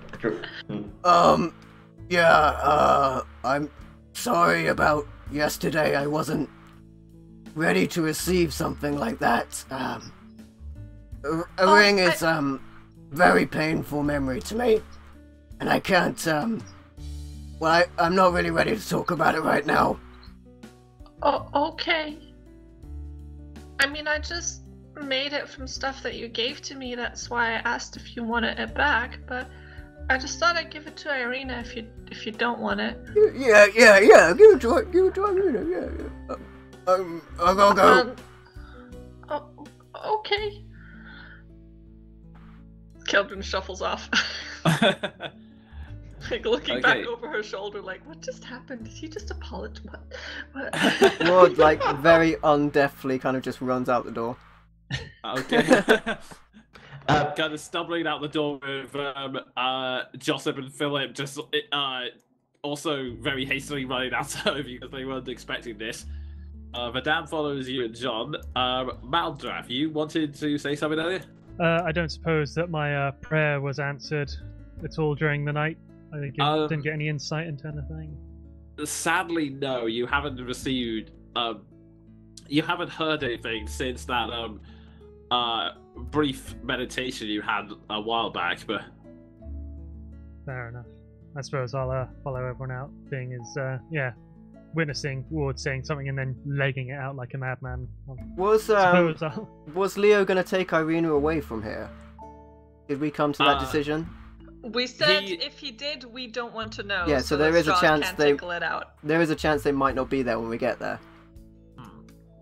Therefore, yeah, that was the plan you guys left it. Yeah, at. we didn't want to know because it was, I got the information from somebody last time. And there is going to be, and just as you all slowly start leaving out, let's see how this roll goes. Not meant to be with oh dude, You said Galima behind you. She is about to say something, but the instant you turn around and say, I turn back around and pretend I didn't notice. Okay. And with that, you're slowly walking out. Whereabouts are you? Are all of you going to the Vistani camp, or are you planning to go elsewhere? I would like to pop by Irina's first. Okay then. So I'll just quickly go to the Falaki church, and I will put Keldrin back in. I can theater of the mind this. You don't have to dump me there every time. Okay, fair enough. Where's Keldrin? All right, I will move back to just the town of Valaki for the moment, and you find that Irina is she's inside. She's helping to tidy up some of the. He's helping to organize some of the prairie materials and tidy up some of the rubble that's been around there. Not from any particular battle, just that it's been in kind of disrepair, like a lot of the other buildings here. Okay, I just kind of knock on the door, or knock on like the lintel, or the door's probably open.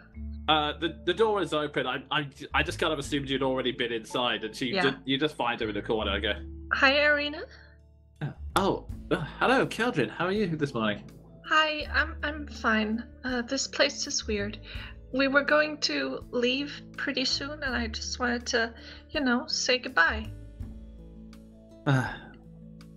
Thank you. I wish you luck in wherever you're heading. Thanks. I hope you'll do okay. And I made this yesterday, and I give her the daisy ring. She picks up and goes, "Oh wow, this is so beautiful." Thanks. You made this? Yeah. I just thought it would be nice if you had something from us, and maybe if things go wrong, and then we'll have like a point to scry on you from. She suddenly hugs you. Oh, okay. I hug her. I stiffen for a second, and then I hug her back. She's literally she just hugs you and goes, "Thank you so much for everything." I wish we could hang out a bit more, but I know. I hope nothing happens to you. I hope you don't die. She steps back and goes. He steps back and goes. I really hope nothing happened to you either. Just take care, all right? We'll be fine. Probably. Possibly. I actually don't know. We'll be fine. Are you still being watched? I did. No. That figure, he only appeared the once and he's disappeared since then. Not sure what could have happened. Well, I think we scared him off. Yeah, don't die, okay? That's the plan. Although there are worse things than death, I suppose. Oh, and if he ever shows up again, the big bat guy, just tell him to take you out on a date first. Maybe it's kind of really bad manners to just abduct you, because he doesn't really know you, right?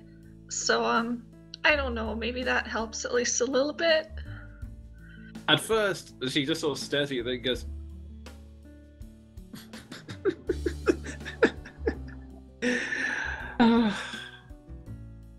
I remember the last time I laughed like that. I owe you all so much. Thank you. We'll see you soon, probably. Hopefully safe.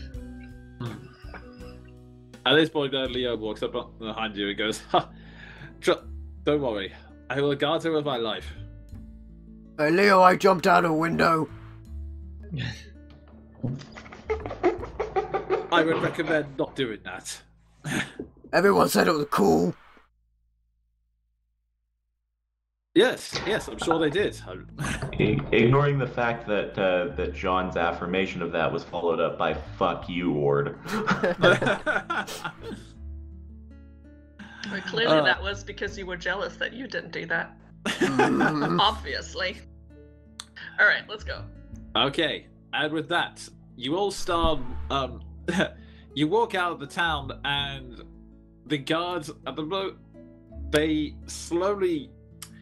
There's like a brief pause within them, and I think they seem to be huddled conversation behind you until finally you hear Philip's Lonzo. When you put it like that, I guess it counts as part of the lacking. Oh, Lord help me. And the guards follow you through the walls of Vistani camp. Oh my god! I was counting on them being gone! Fuck's sake! They are totally gonna die if they're with us. Just saying. It's only for the Vistani camp because it's literally on the border of the We lacking. could It's not like they're following you we could outside still of the- get in a lot of trouble right outside the gates. Yeah, they slowly lead you to the southern route of Barovia towards the Vistani camp. It's a short distance away outside of the hill. In fact, I'm just going to move you all there now. I wait for roll 20 to catch up, and slowly change the music. Oh, it's You another guys big should map. all be. Yeah, you guys should all be here. And I'm just going to shut this off.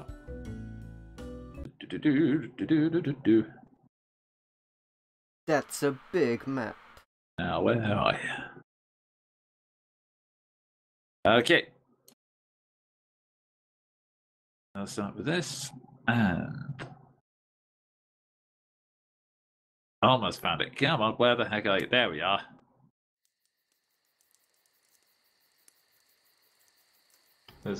My pong is so tiny it sacres my blue. I like our Okay. I like our virtual army we have with us, but mostly to protect Yeah. against us rather than us. We come in peace, But- us and our small, heavily armed people.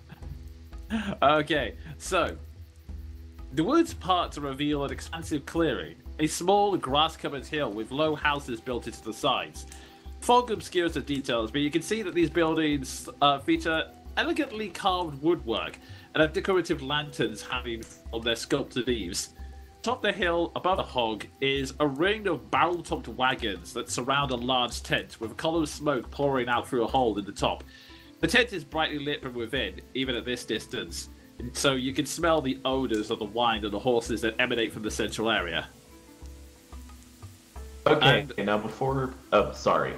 Oh no, you go ahead. Before I do anything, because I'm an idiot and don't take notes, remind me first who the Vistani assassins tried to kill, like his name. I know who he was, but I forget his name. His name was Izek Oliana. Okay, good. I have a Vistani arrow, right? Yes. Okay. That was the evidence that led you down this path in the first place. All right, and these are probably not the same people, so in that case, I'll just ask around. Okay. The This- first person you see in the distance is a figure that looks elven, but with like a slightly darker, a small, not so much darker, more of a blue tone. It's like a slightly bluer skin tone. They're just sort of standing by this hovel. No way! Okay. I'll say you guys can really move around, yeah. I'm going to approach this person and just sort of, like... What are you? He looks at you and goes, huh, half-orc. Josh isn't here to stop me saying it. And I'll follow up by saying, well met, good day, etc. If I may cut straight to the point, could you perhaps point me in the direction of whoever is in charge of this camp? He looks at you for a moment and goes, right, in answer to your question, Dusk Elf, I'm guessing you're new. He then looks at you, John, and then goes, Big Tent right at the top. I mean, if you're looking for our leader, he's in the hut on the other side of the hill. Ward pokes his face to make sure he's real. He bats it. He uses a spear to bat your arm away. You're supposed to be gone.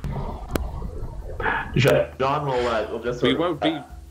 He sighs. Well, we're not gonna be here for much longer, so.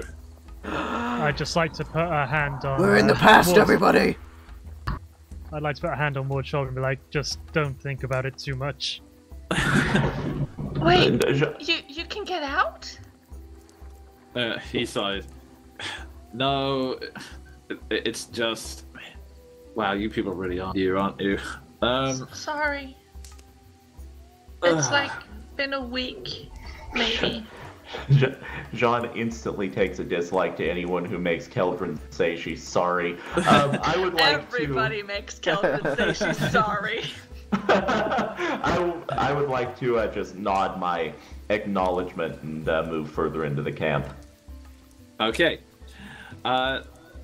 He just, I think, yeah, just. There won't be any more of us soon. Let's just put it up that. Oh. Wait. I'm sorry. Why? He goes, you're really gonna make me say, fine. When a mummy and a daddy love each other very much, they make babies. There are no Keldrin mummies is wandering left. off, just kind of like backing off and just like, I just made him think of something terrible and I'm just not gonna be here. I would like to, as I'm moving this way, to beckon Keldrin as an invitation to follow me. Okay. But yeah, Yes, anything else you want to say to this guard, or? As he's going off about, Dusk Elves boning and stuff, Malrus just going to sort of slink away and go up the hill, I guess. Ward eventually turns around and sees everyone has left. Yeah. He then sighs, it's an awkward conversation, but yeah, there you have it. No mummies, we can't breathe. There. Are you happy now? I had to freaking say it all. Well, how did that happen? He pissed off Strahd, he sent his butler, all the women are now dead. Anything else you want to know? They're not pleasant memories for any of us. I will kill Strahd. I will. You can count on it. Just go. And with that, he just goes back to ignoring you. Yeah, Ward travels up the hill with the smell of fermented liquid. Wine. Sends him there, yeah. As you do so, you also take a glance and you see that Joseph is kind of wide-eyed, like he's trying to process all of this as well. Oh, that poor guy, so young and innocent.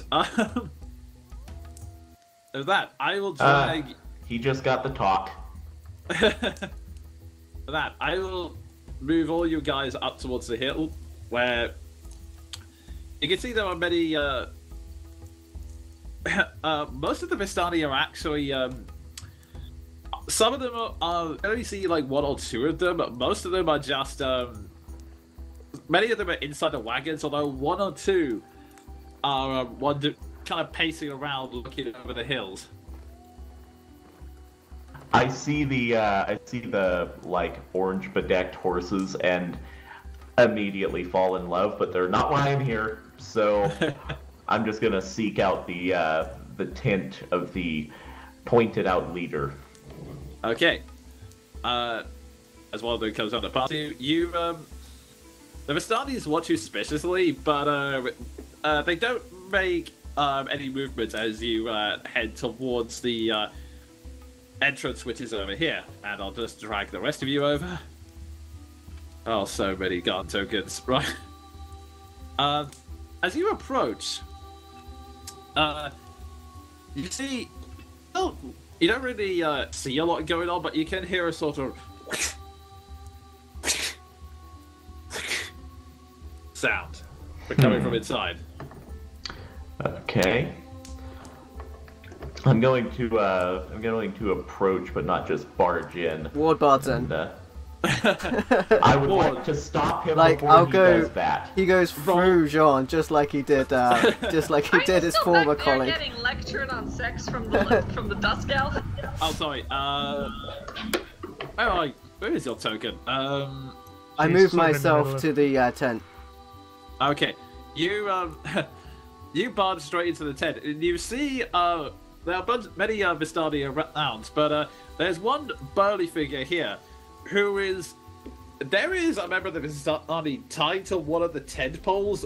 He's kind of like bound to his hands, and other burly figure has a whip in his hands, and he's just sort of lashing at this time, going, "You had one job."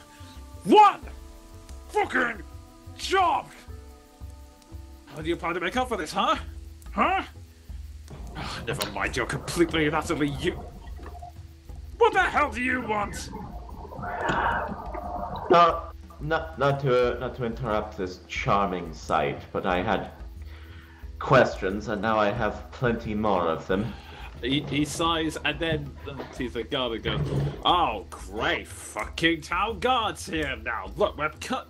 At this point, the bit more smartly dressed man with a sort of trimmed beard steps forward and goes, "Relax, I've got this. He then steps forward and goes, "Forgive me, forgive me. We were not expected visitors, and my brother is going through an emotional time. He's lost his daughter, you see." I pause to process that. First, I doubt if he is lying about this, but I would like to insight check him because this is a weird ass thing to walk into. Go ahead. Out of character, I doubt it, but in character, it's John. Fair enough. Okay. Oh, He is telling the truth exactly in this. I mean, he is still a bit unnerved by all of the guards suddenly showing up, but otherwise he's keeping his cool and telling you the truth. how recently? Last night, as it turns out. Couldn't have been John worse. He points over to the guy. He was meant to be looking after her. He was meant to be looking after her, but he got drunk on watch, and well, my brother's anger. This is the only way it could be sedated. I'm going to process that and say, well, I had questions, but at the moment I can wait. When you say he lost his daughter, was she taken, or worse? As far as we know, she has disappeared. We have not been able to find her. We currently have some of our Dusk Elf friends looking out for her, as well as some of our Vistani, but no trace. A number of children went missing. We thought it was the hags, but we've dealt with them since. He's not. Oh, well, that's very good. That was always a concern of ours, but no, the hags have not been around here for a while.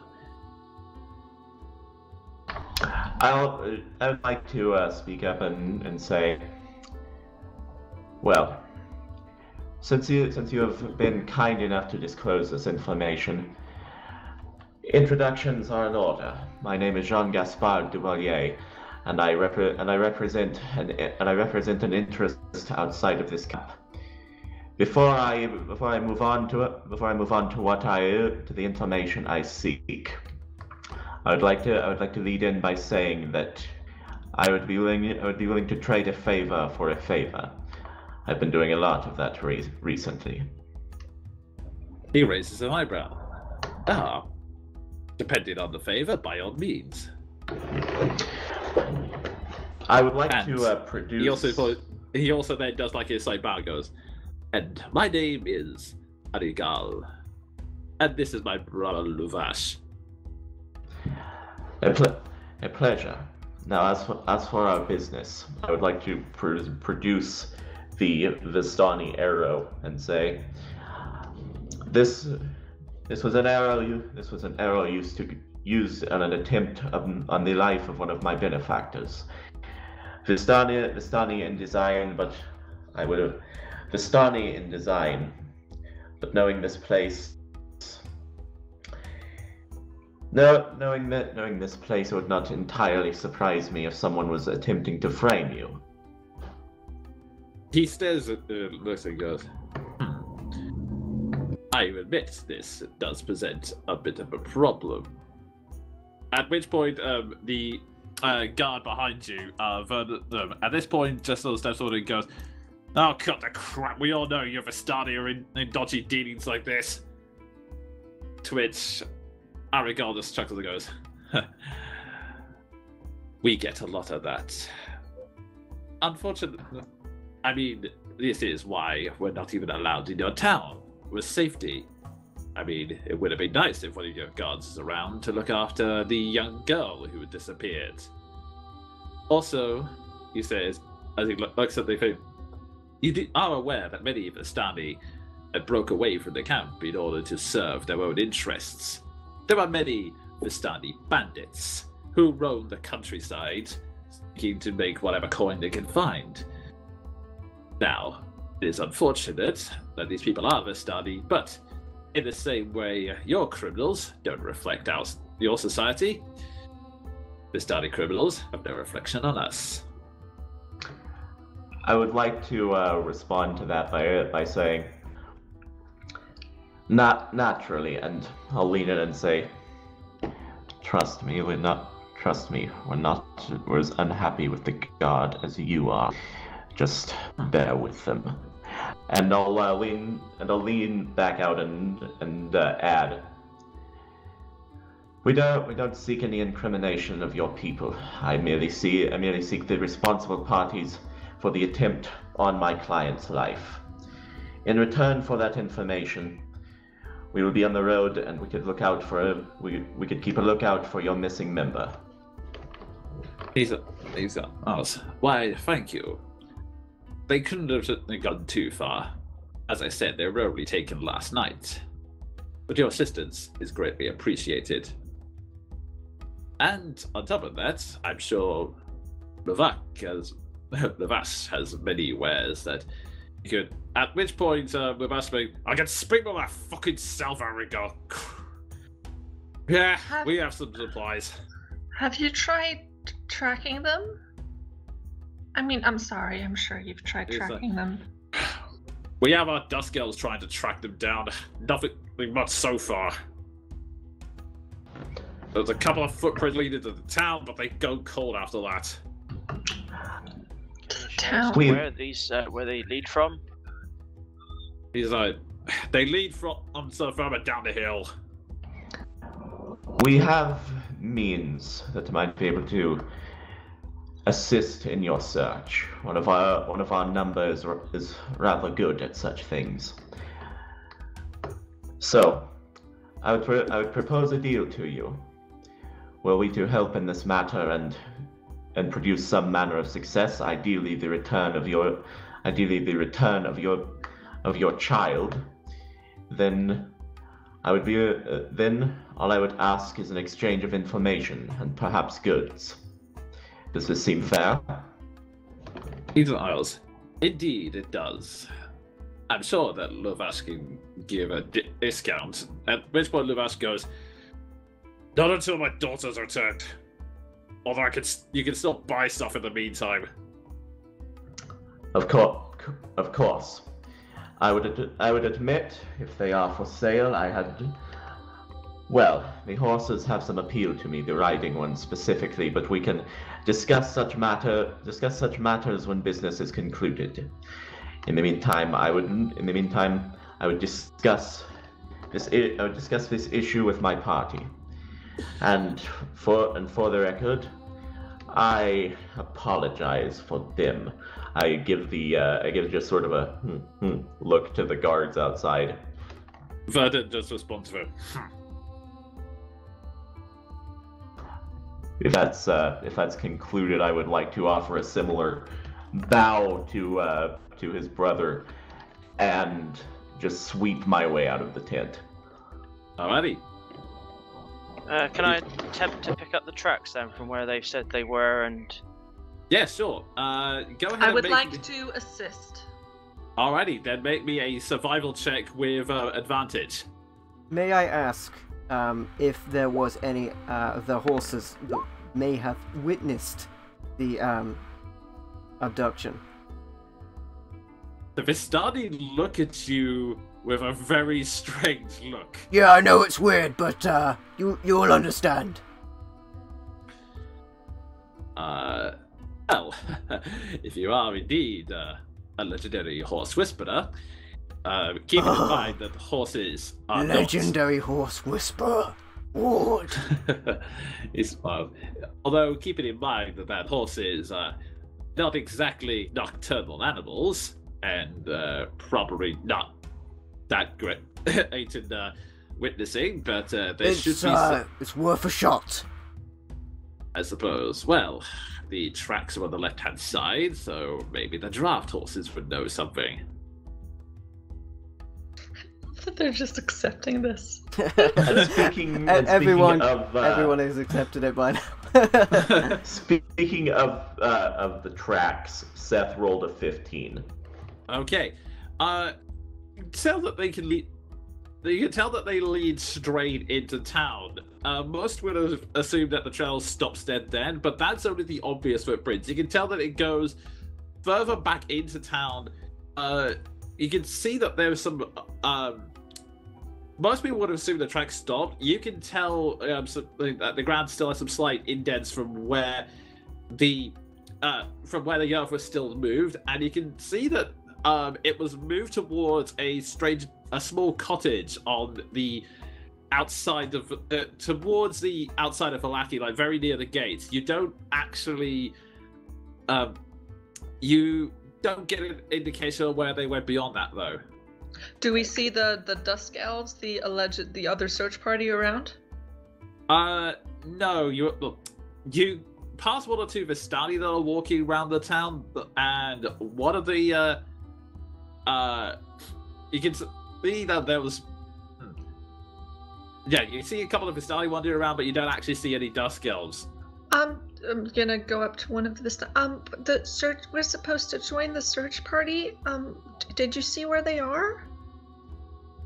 Nothing yet. The tracks seem to go cold outside of town.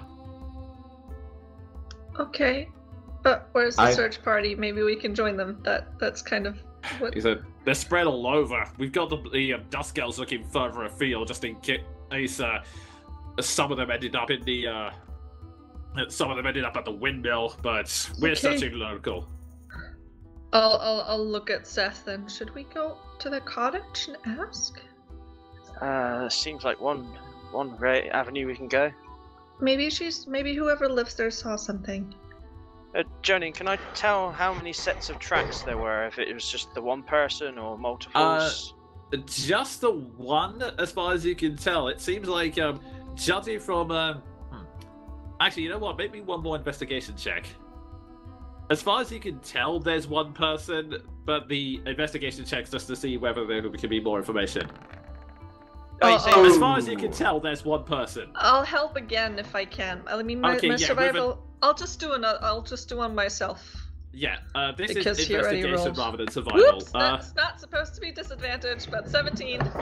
Okay, I'll say for that, you, between the two of you, you figure out that there was like a bit of a scuffle, as in there was like, there is some earth being dragged, and there were originally like two sets of tracks like near the hill, and then one of the tracks disappears. There was a bit of a scuffle, and then the person walks off.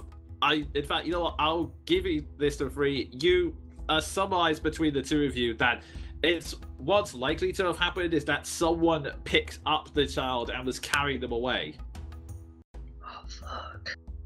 Okay, and may I join in this search? I'm not proficient in survival, but yeah, I'll just assume that unless you guys, unless you say so, I'll assume that you guys are following them at this point. Okay. Yeah, because In which case, Ward tells the guys in the tent, because everyone knows he's a horse whisperer, he also tells them he's a high elf. To confuse them tremendously. They stare at you. I mean, you and Arigal smiles and goes, huh, well, I guess. Of course you are, dear. Of course. Yeah, he smiles and goes, I'm a high elf. I guess elves from outside have evolved in mysterious ways. Oi, don't talk down to me. I am a high elf. I don't need to prove anything to you anyway. And he leaves.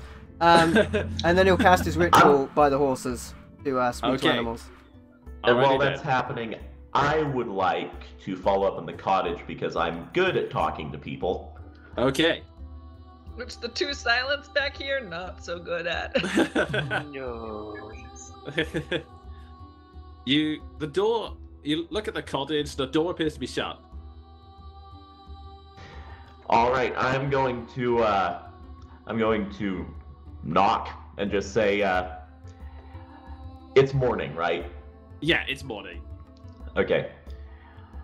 Good morning and well met, etc. Official business on behalf of the Vistani. No response. Okay, that's interesting. I'll knock again and say, hello? Any occupants? While Jean's knocking on the front door, I'm going to walk towards the back just to make sure no one's leaving. Okay.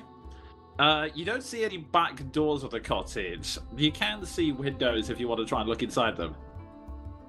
I'll see if there's been anything disturbed around the outside. Okay. Round the outside. Nothing appears to have been disturbed around the back. I'll give you that for free. For anything else inside, you can make me a investigation roll.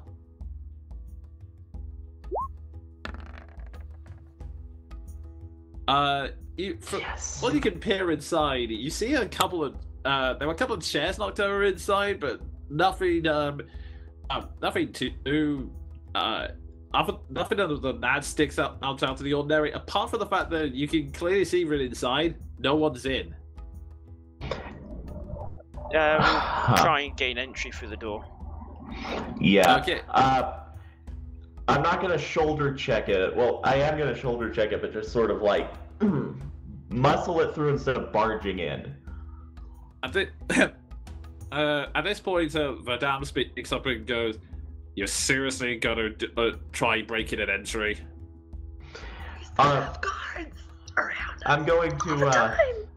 John's life could be in danger here. What my companion said, and frankly, Verdun, with all due respect, in this matter, a crime is being committed. A crime has been committed, and if you take issue with the way we're solving it, tough shit. And I barge in. And everyone was worried about Ward. I'm standing by the side and hyperventilating.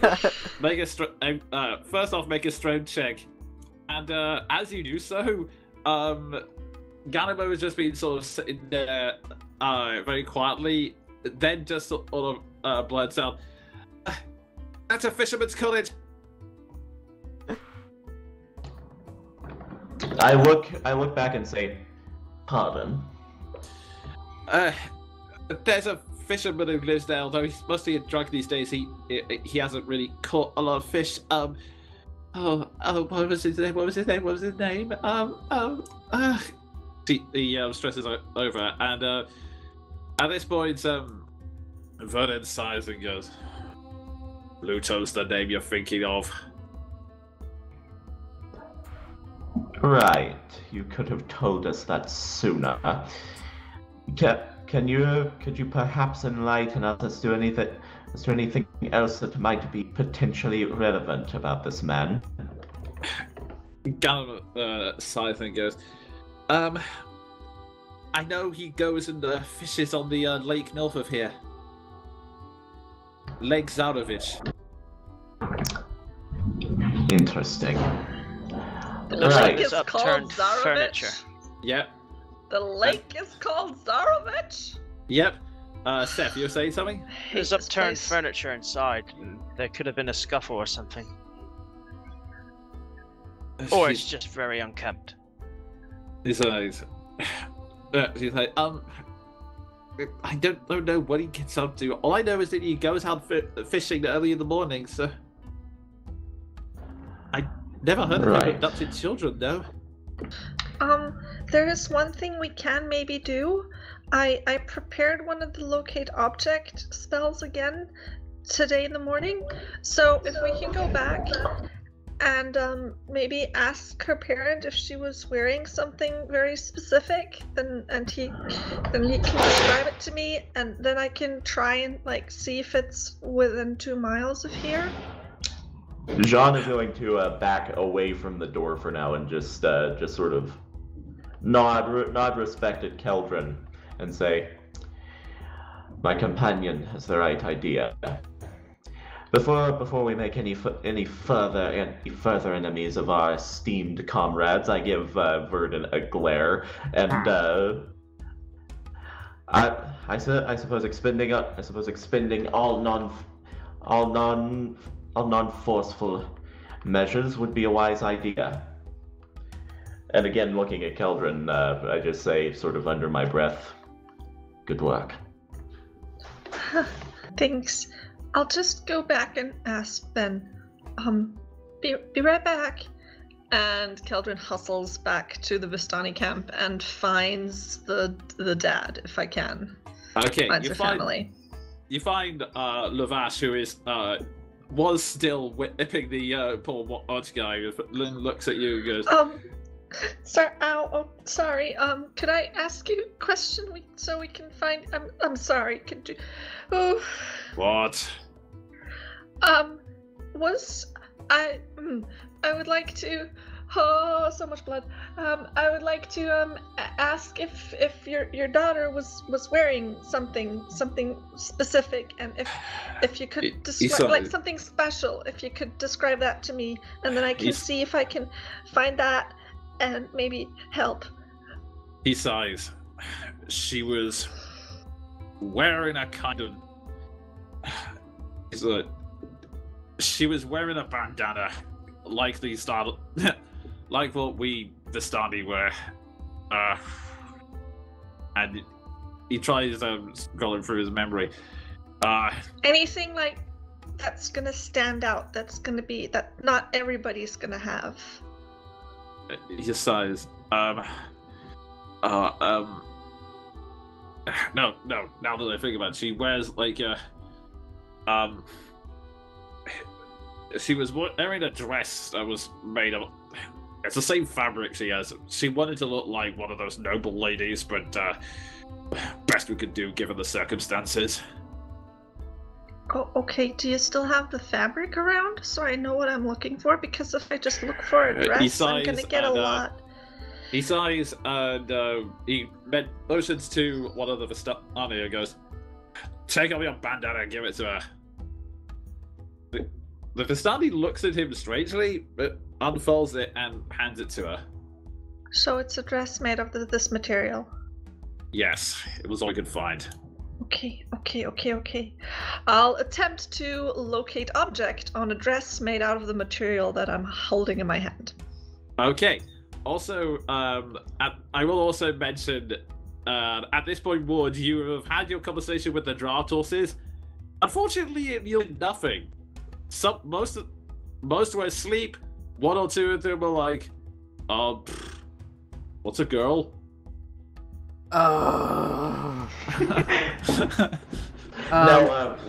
Ward just tells the guards that the horses were obsessed with how much they smelled and couldn't tell them any useful information because of that. And while all this is going on, Jonan,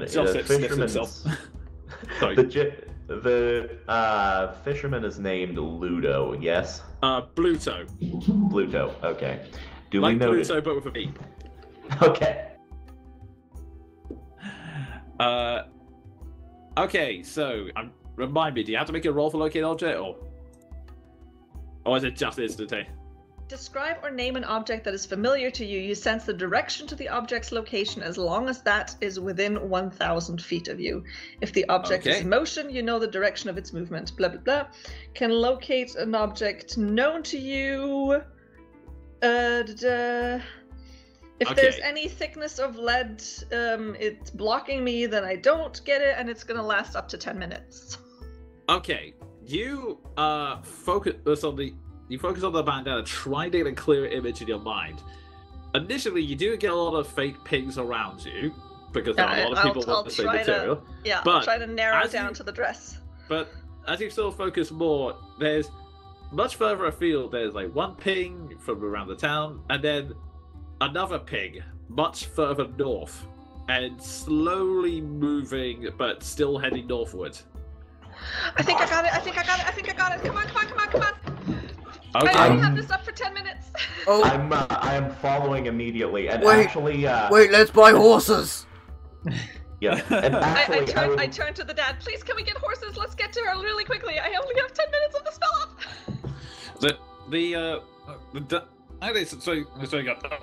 Right, get the freaking horses, and moves. He very quickly moves riding horses to you. The guards. He's not gonna come with us. What a douche. No, he come with you. Okay, good. In fact, he actually, before you can do anything, he grabs you and throws you on a riding horse with him. The guards, in sheer desperation, are now trying to run after the horses because they're still trying to do their duties, but a lot of them are struggling to keep up.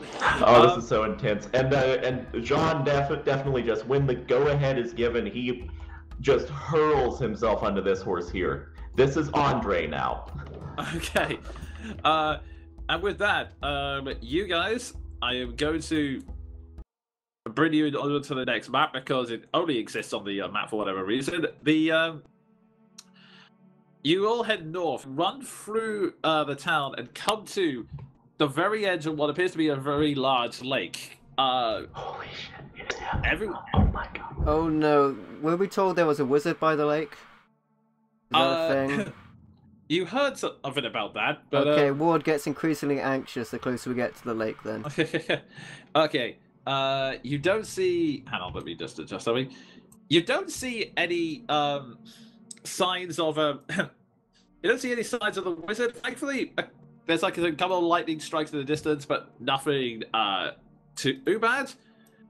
You see, everyone make me a perception check as you approach the water. Do I get it with advantage because I got the locate up? No, I'm just trying to. Sorry. Yeah. 16. Seth got a natural 20. I don't need it. This is fine. Oh, that 20 is very good. You do see, most of you all see that there is a boat out there, right in the very distant shores, hidden amongst the mist. You can see hidden among. Some of you are getting clear that there is indeed a middle-aged man out there in the water who lifts up this. He's a middle-aged man in the water. He has a lot of fishing equipment near him, and he appears to be carrying something. Which he's slowly starting to lift out the boat. I'm in the water. I'm swimming towards him. And as you did, Seth, you notice the sack is very clearly moving, like it's very pushing and barging out of the way. And I really hope it's full of fish, but regardless, Ward is swimming there now. So the thing he's holding is still within the boat, right? Yeah, the thing he's holding is still within the boat, thrashing around. I'm gonna before he throws it in. Attempt to put an arrow in him, then I guess. Yeah, I'm also gonna fire on him. Just a quick question: how far away is this? What sort of ranges are we talking about? Let me see if I can get the real bugging. Man, I hope it's not full of fish. It is half a mile. Oh. Oh man. So this actually, your sharpshooter doesn't put us disadvantage on this. So go ahead and make an attack roll. Yeah, it's actually, up I'm to gonna 600 feet, so should be right. Okay. And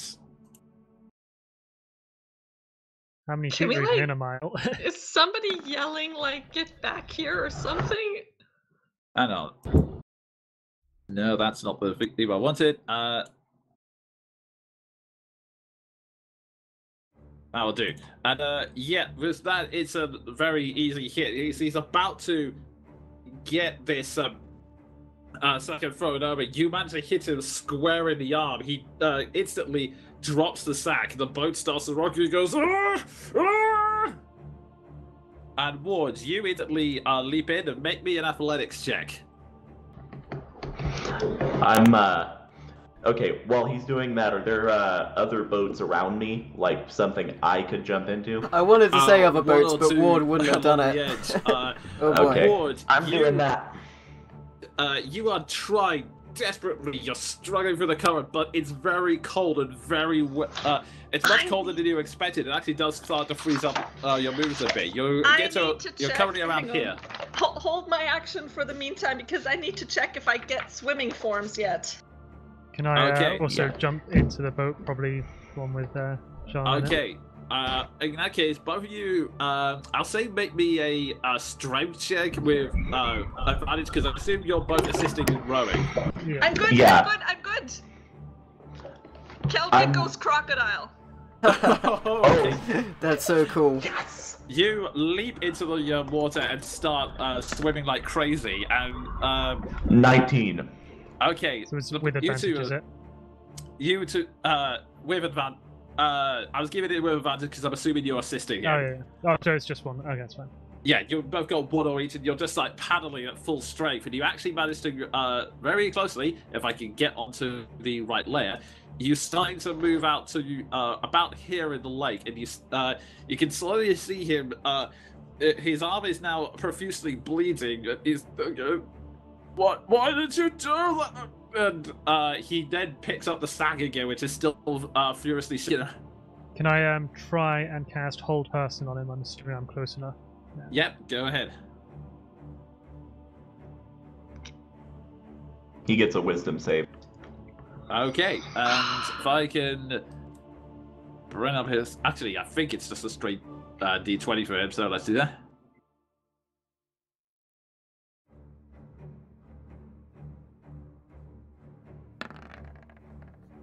He fails. As he picks up the sack, you instantly hold him in place, and then the boat starts rocking again as the sack is dragged. I'll this time- begin pushing the boat back towards the shore in my crocodile form. He's looking in sheer confusion as and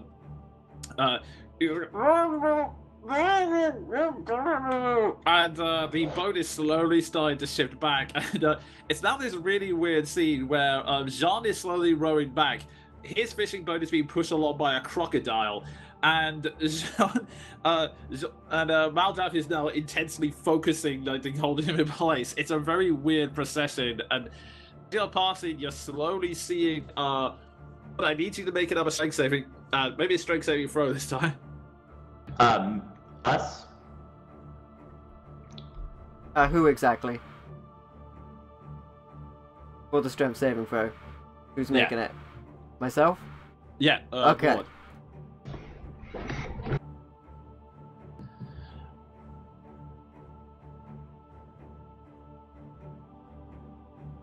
Wait for that. No, you're fine. Your muscles start to slow down, and for a moment, you start to wonder whether or not you make it back. But the last bit of adrenaline kicks in, and when you Your see collection of weapons starts dragging you down. I was gonna say, you guys get to shore and Ward is just gone. It's like, so ends Ward Backbreaker. Yeah. If possible, rather than going back, I want to try and get onto the boat. Okay, so you manage to kick that last surge of adrenaline, especially now you see the boat's being pushed towards you, and you slowly pull yourself in at the side, which causes the boat to wobble a little bit, but somehow Bluto keeps his manages to keep his footing. Yeah, and you that see bag, opening it. you open it, and if I can just get to the right layer, you see a young girl inside. Oh my. Motherfucker. Motherfucker. In fact, I will reveal that girl right now. Very A quick torn now question. because we need answers from him, but Ward really wants to kill him right now. A quick question: is our entourage around us, or did they get left behind? The Vistani are on the shore. What about the guards and stuff? Guards, they're still following, but they'll be a while. They Oh, were they trying didn't to even chase get to after witness horses it. at full Oh. gallop.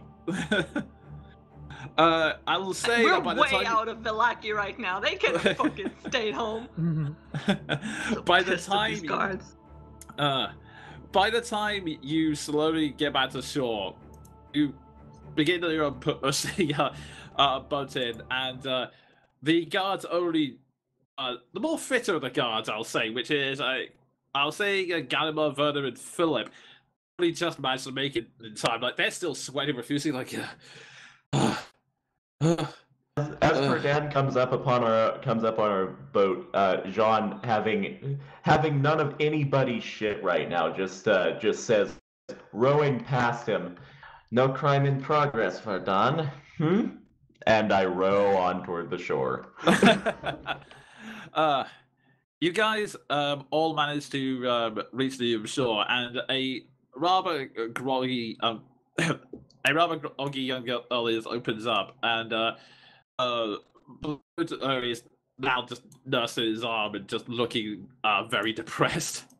I'm gonna get that guy. I know he's frozen, but he could snap out of it any minute, so I'm gonna get him in a full-on sleeper hold on the back. Just...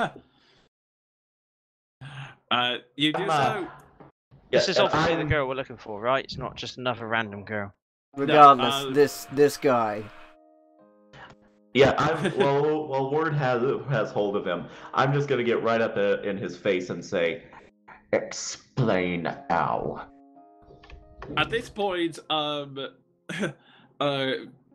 should say at this point, Vulash glares at him, and before turning round to hug his daughter, confirming that yes, it is her. The Pluto at first goes. Seeing that Ward has him securely, I'll release him from the hold person. I'm still crocodile. I like slowly creep up behind his legs. I just want to catch fish. That's all I do. They're starting unlucky, so throw them in the water and then you get more luck. Right? Yeah. I'm gonna Okay. sense Okay, motive on having- that. That's crazy. Crocodile sense motive. That's fucking what? Go ahead and sense motive. Yeah, insight. That's so crazy. Even crocodiles say, "What the fuck?" Honestly, you don't have to roll high for. Yeah, all of you pick up on this. He's not lying. He's just so dumb he believed it. Like it's an old wives' tale that he heard, but he's like so dumb and depressed that he genuinely thought that was a thing that would work. I'm going to just process this. Nod. Because he's so stupid. He needs something to remember this by. So I would like to knock his teeth out. Okay, I'll just say you just do a quick punch across the jaw. Well, it's a shame you stopped there, Jean. Ward is gonna say, "Well, how lucky are you?" Break his neck and throw him in the water. Oh shit! Well, that escalated. The The town guard is right there. Yeah, hideous snap. I don't care. You get really snap of the neck and the water goes in. Philip looks at it, and Gannimer's a little bit shocked. Vernon and Philip raise their spears and go, "You do realize we have due process in this town, right?" We're I would not like technically to. in the town. I would like to, at long last, just lay a hand on my sword, on the hilt of my sword, and say, "I've seen your idea of due process, Captain. And if I may say so, it's fucking madness, and you have all the balls of a fish." But at this point, Philip snaps goes, "Yeah, we fucking know." At which point, Vernon is like, "Wait, hang on, what are you?" Philip just goes, "Oh, who the fuck cares? We're outside town. Yeah, we know he's a fucking madman. But you know what? It could be worse. The only other people who would take over are the Watchers. And do you know what the Watchers are? Idiots who think that Strahd is a good guy. If it was up to them, we would be appeasing Strahd. So yeah, it's madness, but it's the best we got. The best we can do is keep grinding for our lives. I'm going to interrupt him by stepping up, getting in his face, and said, "Then make change, you spineless, gutless minnow. Nothing will change unless you affect it. Such is the way of the centuries. Such was the way of Arcadia. And if the people of this place don't do something, then you deserve what you get."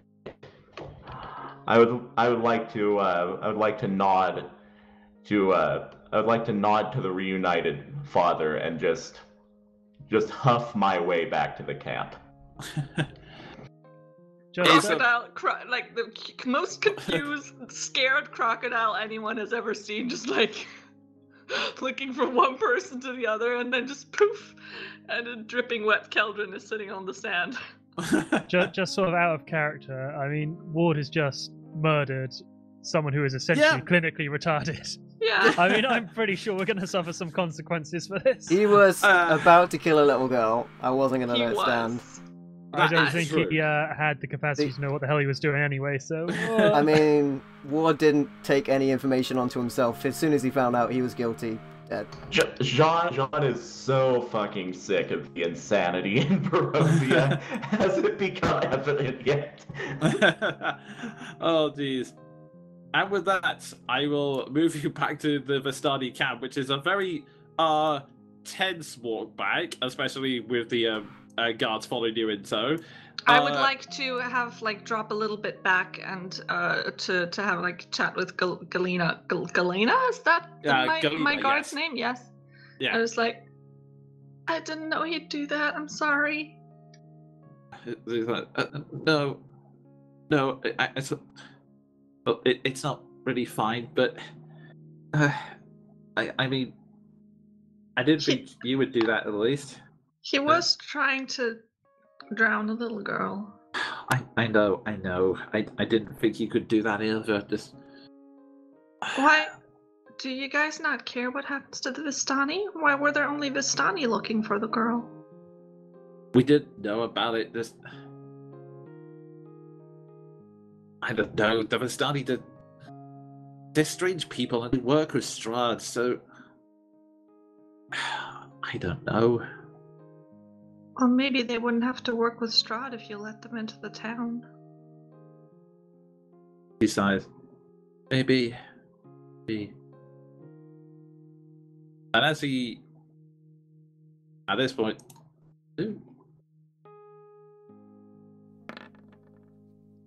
she looks like she's about to say something and then just stops.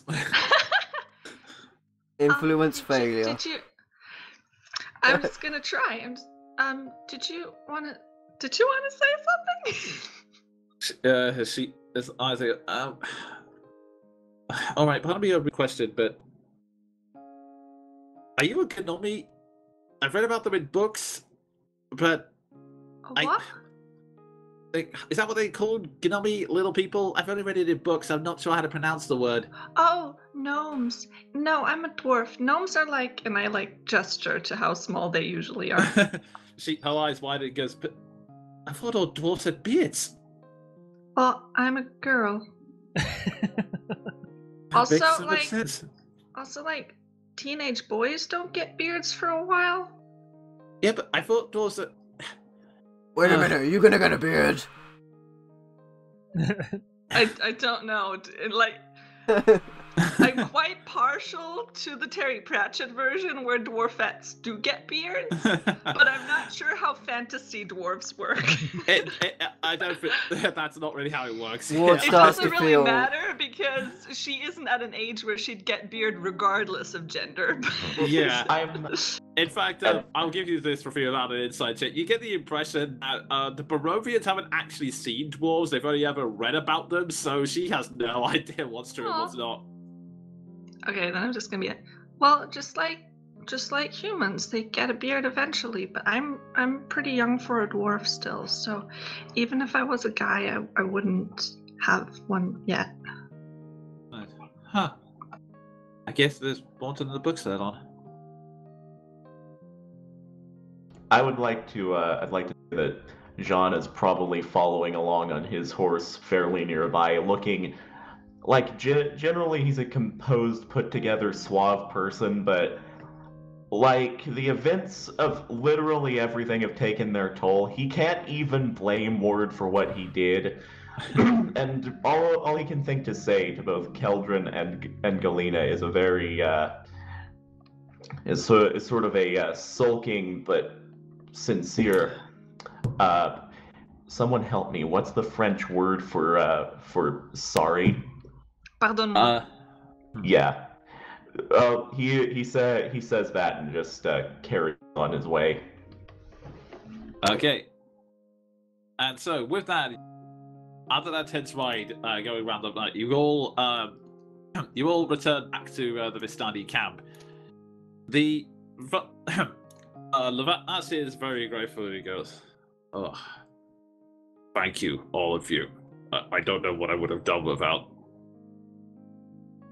At this point, the young girl steps up and goes, Father, maybe you could help them. I mean, those potions you have, the ones that can make it through the fog, maybe you could learn some of them." What? At which point, Lavash goes, right, those potions aren't really as potent as they could be. I'm sure we could find something else. Anyone who wants to can make an insight check. Yes. Oh, yes. 17. Yeah. Still 20. Yeah. Okay. You all pretty much get... pretty much all of you catch on right away. The potions were complete crap. He's actually thinking, I want to give them something that actually works, not rip them off. He mentions... he mentions, yes, he looks at it. Horses! You said you wanted horses, right? I'll just nod quietly and say, this one I rode out to the lake. I like the look of him. Might I? He's like, yes, you made a good choice on that one. That's one of our that's one of our younger stallions, but very fast considering. I would, it is at this point that I would like to officially declare my name for this horse, because Jean is a walking France reference, and my last horse was a walking wrestling reference. I am now christening this horse Andre. Damn it. Andre, nice. Yes, it's a good name. I have a feeling you should be able to contain that horse. It's a bit rowdy at times, but a man like you can easily control it. They're called spirited. You don't sell them as rowdy, they're spirited. He's not good with words. I nod and just ride my new horse to just the outskirts of town. I'm composing myself.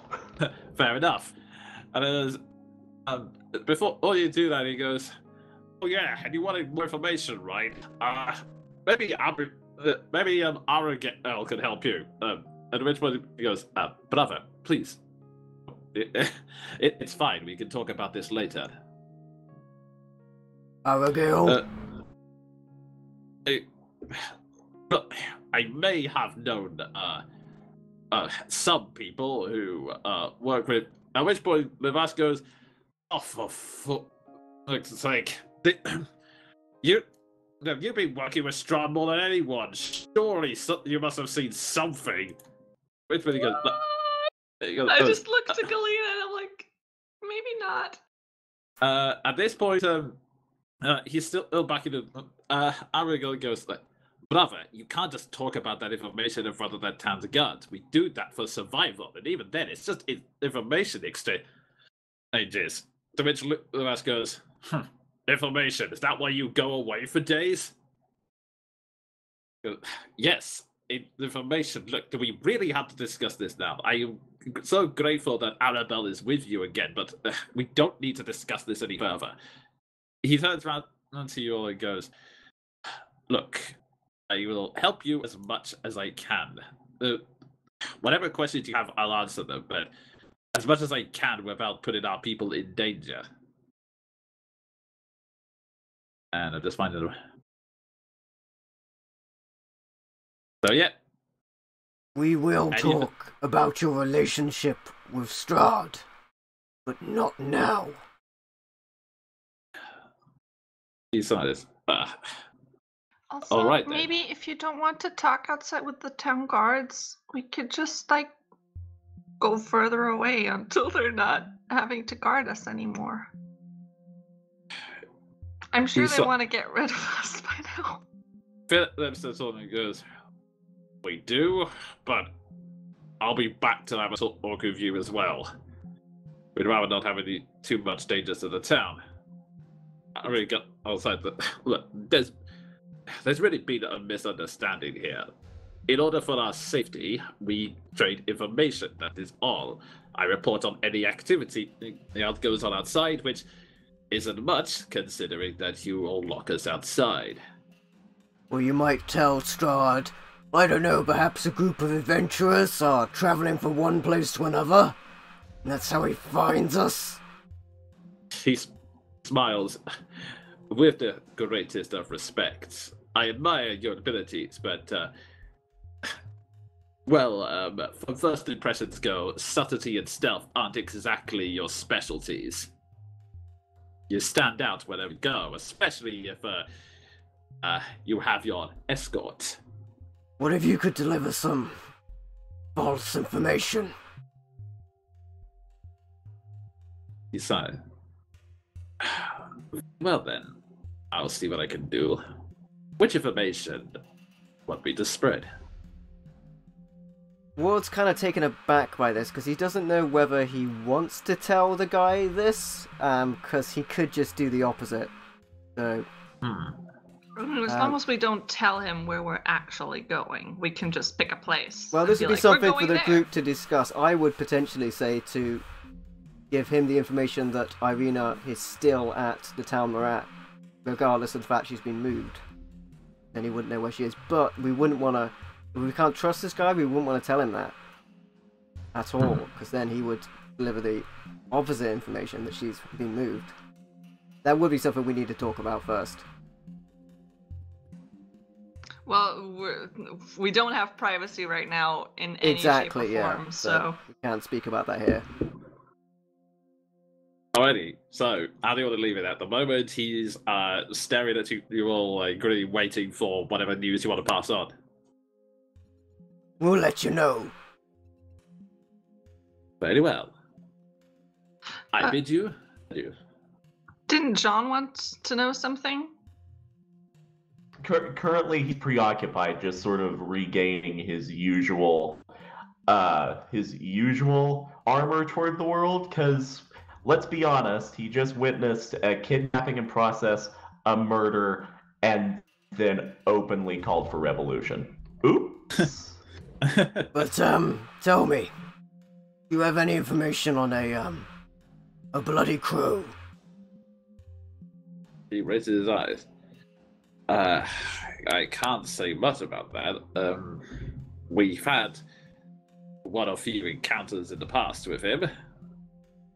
Good or bad? Well, he made a surprise attack on one of our scouts, so bad. Very bad. Don't know if I can trust him. Really cool, though. Why, thank you. But seriously, you might want to develop your subtlety. Now, is there anything else? So, just John? Didn't you want to ask something?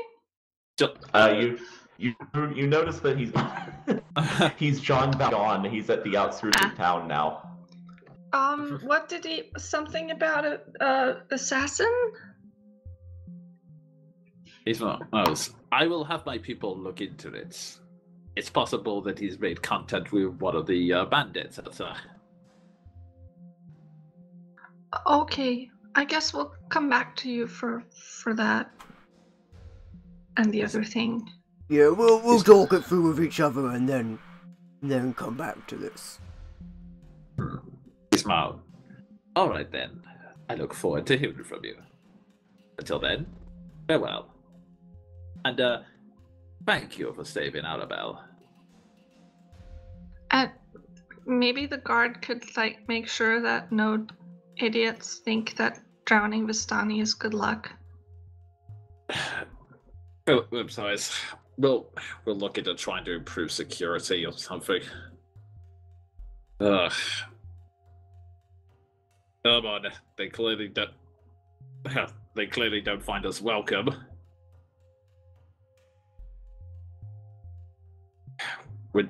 And honestly, never mind. If you could all please, emotions outside.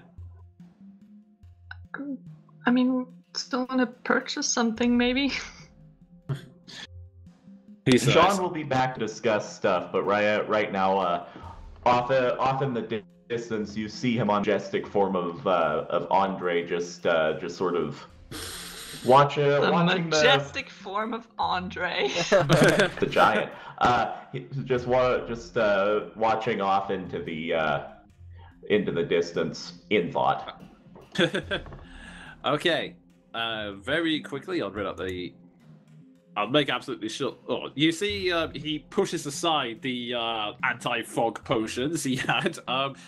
As I was saying, not very bad potent batcher. Probably wouldn't help you in the long run.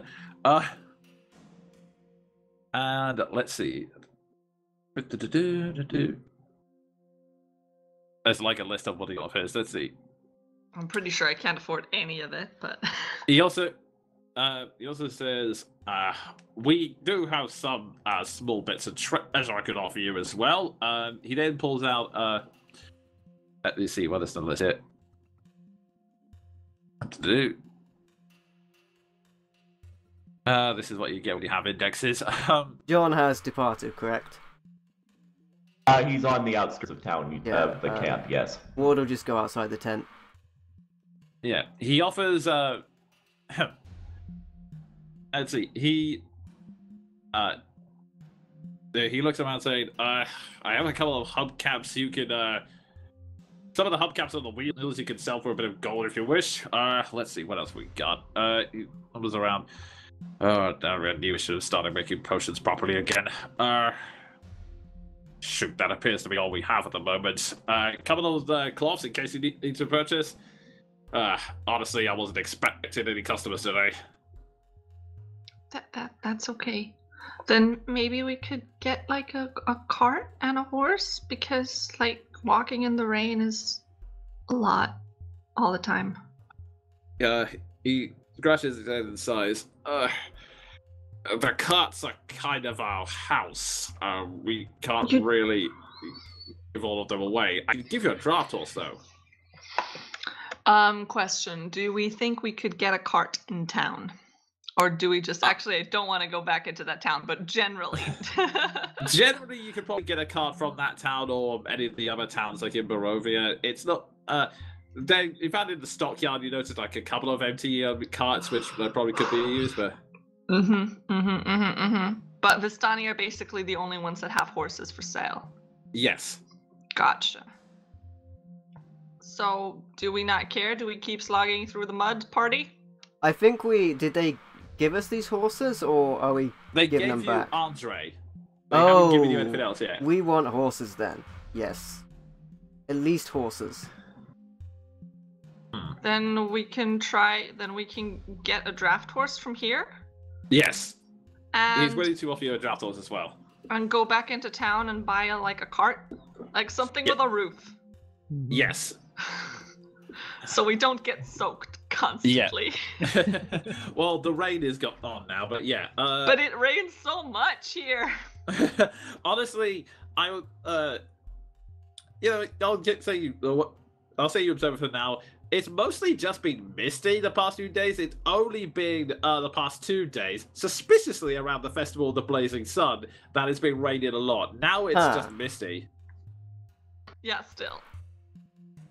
But a little bit of security. That is perfectly fine. Also, we don't have to walk everywhere. Alrighty, for the expedient, just for expediency's sake, I will say once I find the right page. Let's see, tools is traveling before. Let's see, that's weapons. Why is all this stuff on different pages? I will say. He sells you a draft horse for 1 gold because, again, he's giving you a discount because he did save his daughter. He's grateful for that. Andre is for free, and let's see, there we go. Also, my wearables. Yeah, okay, it's a bit more expensive than that, but yeah, I'll say he reduces it to 20 gold, saying 20 gold, and you can have the horse. For the draft horse, yeah. Yes. For the cut. You know what? Keldrin's gonna pay for that. Okay. So you hand over 20 gold for the horse, and he and Arabelle give you fond farewells as he will walk out. For the cut, you unfortunately have to go back to the stockyard in town. Yeah, I'd say like maybe Seth and Maldrath, people that didn't kill or call for revolution. Yeah. I think I'm getting better, because I would have made him suffer a lot more. The guards don't know how to feel about that, but just to be on the safe side, you and John are forced to stay outside. Everyone else is allowed to step in. The cart, we need to give you a cart for 20 gold. All right, we have a pouch of gems that we still have from Mr. What's-His-Face, Ismark. Yes. Is there a gem worth 20 gold in there that I can pay this with from the party funds? I will say yes. They cool. You throw the shiny gemstone to them, and they don't even really question it. They just see the shiny thing, take it, and go, "Yeah." I don't suppose there's any way I could use persuasion to try and barter them down at all. Yeah, try one more persuasion check. Come on, I gotta have at least one good roll this session. Come on. That's not too bad. Not too bad. There you go. All right. 5 gold change. Okay, cool. That works for me. And all right, from goes into the party fund. I doubt it, but I'm in the market for a proper lance instead of the one that I've hammered out from a farming implement. Is that at all acquirable from the Vistani, or do they prefer other stuff? The Vistani don't have any weapons, and they're not really willing to sell for them. Okay. I'm not gonna push. Yeah. Unfortunately, the only other place would be the stockyard, and here we go. Is there a chance you may have mentioned that to Maldrath or Seth before we went into town, perhaps? Probably, because you're doing the negotiating. Okay. Let's see, a lance. Let's see. Okay, there we go. They're charging 12 gold for the lance. That seems about regulation price. I'll leave it to the negotiators. They're overcharging you. Yeah, I'm leaving it to the negotiators. I'll just do. What's the best price you can do for a lance? 12 gold, like you said. Can I use a persuasion again? One more time. One more time. Is that time. really the best? the best price. Okay. Getting steadily better. I'll tell you what. 10 gold. Okay. I guess that'll be okay, I think. I mean, it's obviously not for me, it's my friend. Yeah. Sure, whatever. I really hope Maldrath tells him it's 12. I would on acquisition of my lance, I would like to pass over my awful rough hammered out one to Ward for riding on the draft horse. Well, technically he already has a spear, so. Oh, yeah, this is reach. The lance is reach. Oh Also, snap! Everyone saw my browser just go to hell. We're back, though, I think. Okay, and with that, I'm just gonna move maps a second. We have a cart and a horse. You slowly load up your carts load up your cart and draft horse. And Okay, if sorry, I can John. move- You gave me a. You gave me what? An improvised lance, 1d8 plus strength with reach. Oh, thank you so much, John. And he just throws it behind him. I mean, Mega weapons. in fairness, he has a mystical spear now. Yeah, So... Ward cannot hold that many weapons. uh, I've still got a great It's- sword it's- on me, and I think an axe as well. I mean, it's basically crap, so it was pretty much an offer. Yeah. Ward just As looks at you- the quality and just drops it. Oh, Ward will give it to the young boy. Take Joseph- this. It's a fine weapon, young boy.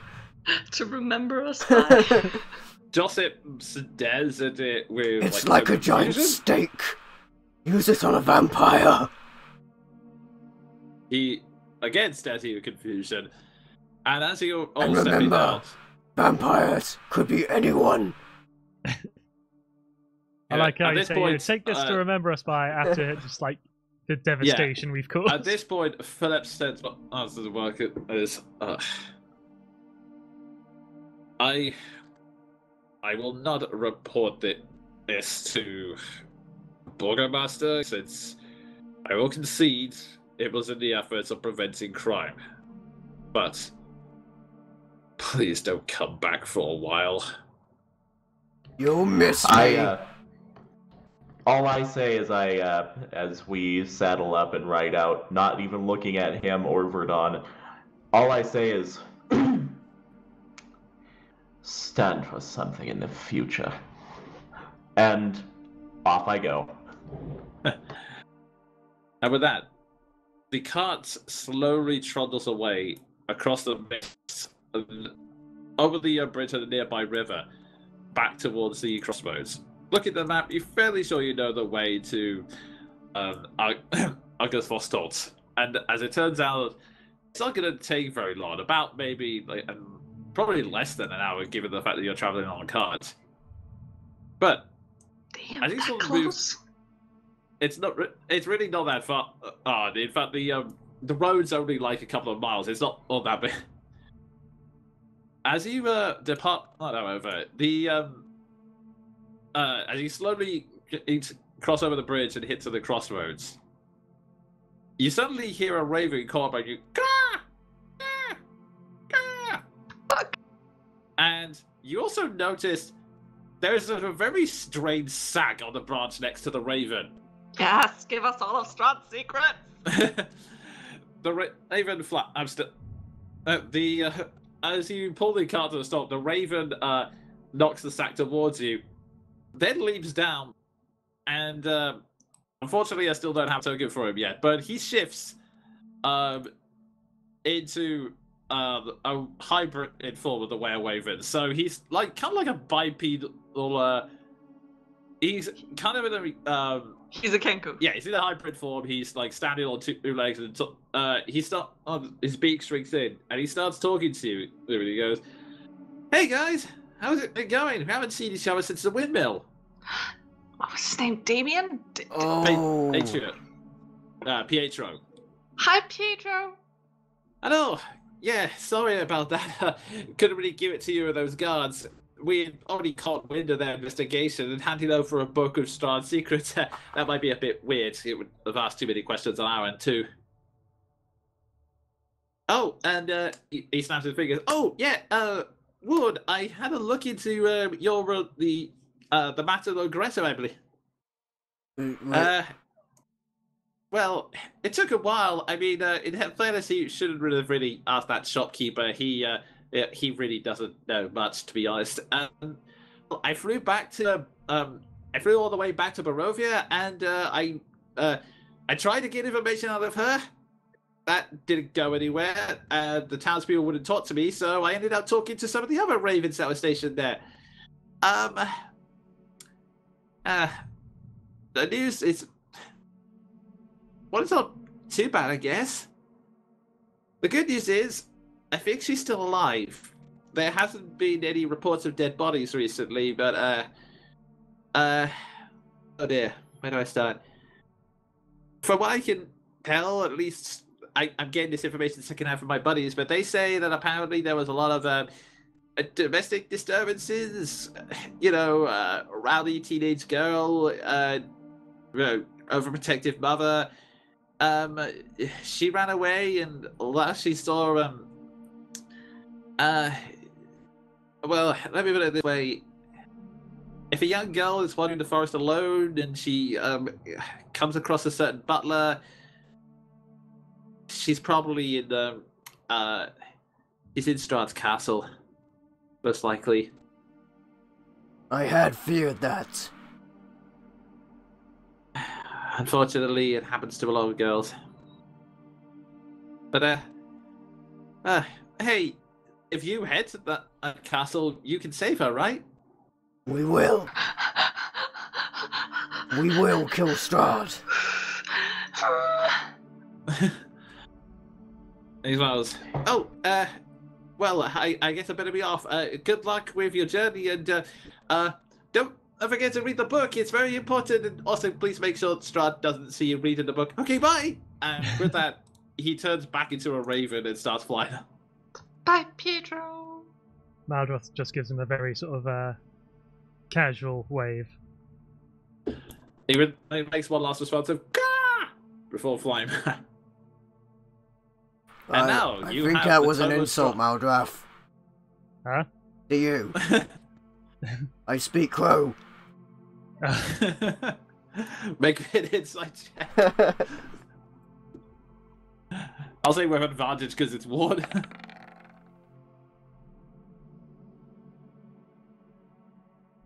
Yeah, it's total BS. Not very believable.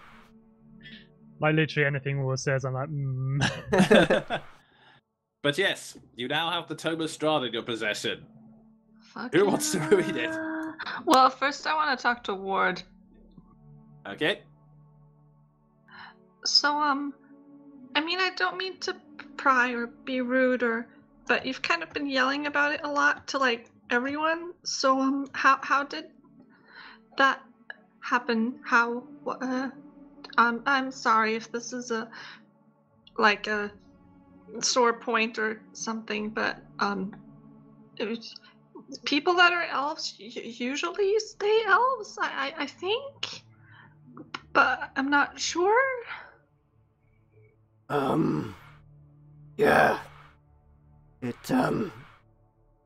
was a curse. You know, maybe we'll have camp at some time and tell you the real reason. Is that gonna be like the ones where you say how you got your name, or is it gonna be like the actual? I'm sorry, I didn't mean to. Just. You wanna know how I got the business, name really. Backbreaker? Because it's not what I've told any of you. Not because I was a mercenary. Not because I broke anyone's back. And it's not any of the other reasons. It's because I pushed everyone around me to breaking points. And I looked down on everyone from my position.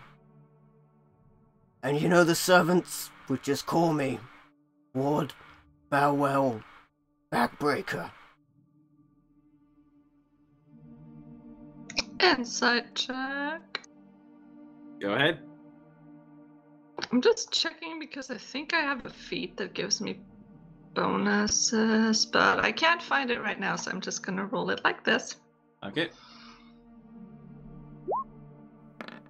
Come on, Keldrin. Ah. But it seems to be the first time that get me up on this, but it seems like the first time he's actually been sincere.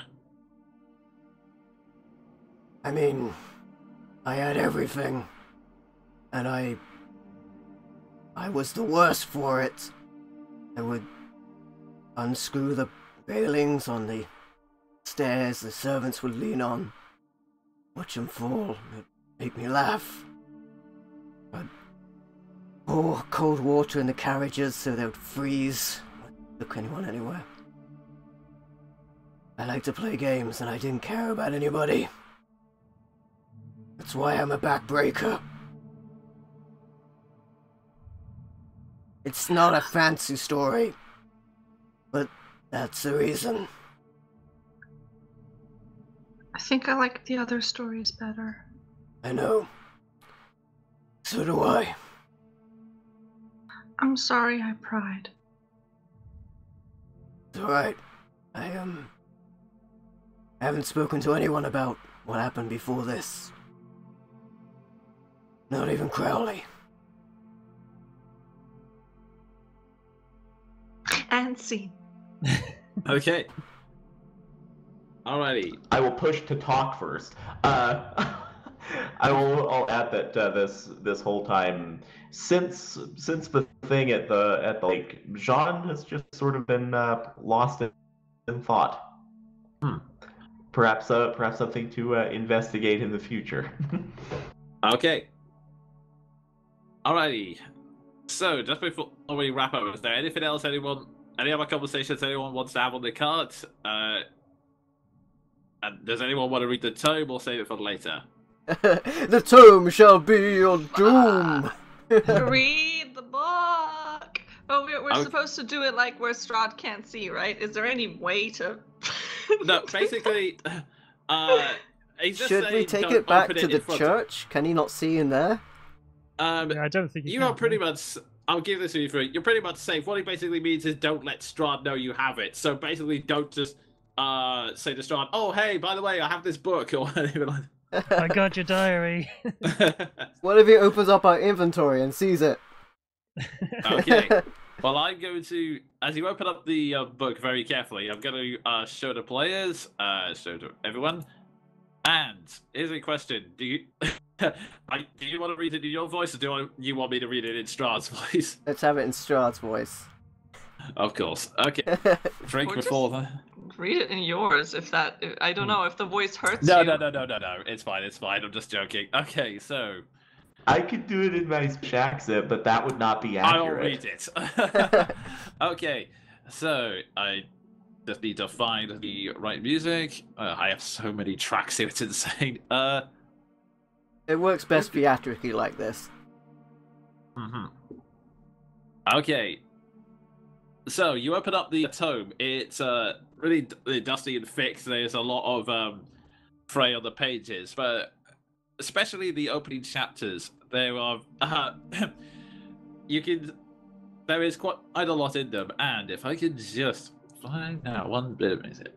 I love that writing. That's such nice writing. It is a very fancy writing as only a noble could have. Okay, you know what? I can't find it, so I'll just carry on with this. The tone goes, I am ancient. I am the land. My beginnings are lost in the darkness of the past. I know I was the warrior. I was good and just. I thundered across the land like the wrath of a just god. But the war years and the killing years wore down my soul as the wind wears stone into sand. All goodness slipped from my life. I found my youth and strength gone, and all I had left was death. My army settled in the valley of Barovia and took power over the people in the name of a just God, but with none of a God's grace and justice. I called my family, long unseated from their ancient thrones, and brought them here to settle in the castle Ravenloft. They came with a young brother of mine, Sergei. He was handsome and youthful, protected from the wars that aged me. From the families of the valley, one spirit shone above all of us, a rare beauty, who was called Joy and Treasure. Her name was Tatiana, and I longed for her to be mine. I loved her with all my heart. I loved her joy. I loved her spirit, her passion. She was everything that I had lost. She was everything I could be, and more. But she spurned me. Old One was my name for her, just. along with elder and brother. Her heart was to Sergei. They were betrothed, and the date was set. With words, she called me brother, but when I looked into her eyes, they reflected another name. Death. It was the death of the aged that she saw in me. She loved her youth and enjoyed it, but I had squandered mine. And Sergei, the naive pup who had given up nothing, got every prize of his. The death she saw in me turned me away from me. And so, I came to hate death. My death. My hate is very strong. I would not be called death so soon. I made a pact with the gods of death. A pact of blood. On the day of the wedding, I killed Sergei, my brother, and my pact was sealed. I found Tatiana weeping in the garden east of the chapel. She fled from me. She would not let me explain, and a great anger swelled within me. She had to understand the pact I made for her. I pursued her. And finally, in despair, she flung herself on the walls of Ravenloft. And I watched everything I had ever wanted fall out of my grasp forever. It was 1,000 feet through the mists. No trace of her was ever found. Not even I know her final fate. Arrows from the castle guards pierced me to my soul. But I did not die. Nor did I live. I became undead. Forever. I have studied much since then. Vampire is my new name. I still lust for life and youth, and I curse the living that took them from me. Even the sun is against me. It is the sun and its light I fear the most, but little most can harm me now. Even a stake through my heart does not kill me, though it holds me for a moment. But the sword, that cursed sword Sergei brought, I must dispose of that awful tool. I fear it and hate it as much as I hate the sun. I have often hunted for Tatiana, but she escapes, even when I have felt her within my grasp. She taunts me. She taunts me. What will it take to bend her love to me? I now reside far below Ravenloft. I live among the dead and sleep beneath the very stones of this hollow castle of despair. I shall shut the walls of the stairs so that none may disturb me, and I shall wait before, as through the nature of this land, a soul is reincarnated once again. What an absolute douche canoe. Friend zone. I'm sorry, not even that. He killed her husband. I don't think they were married yet, so. He killed his brother who was on. That's just, that's like layers of, oh my god. And so, the card carries on. The page is now frayed with the text pretty much unreadable at this point. You close it and try to process everything you had. Everything you have learned. The truth. Strahd, uncomplicated past. The weakness of the people of Valaki. The complicated relationships between the Vistani and the Dusk Elves. A lot has happened in this day. And there is a lot to ponder. But, as you continue to travel down the roads, just before you come up to a fork, you see all things of a Vistani man step out to meet you. And he steps in front of the car and waves down and goes, Hey! Hey!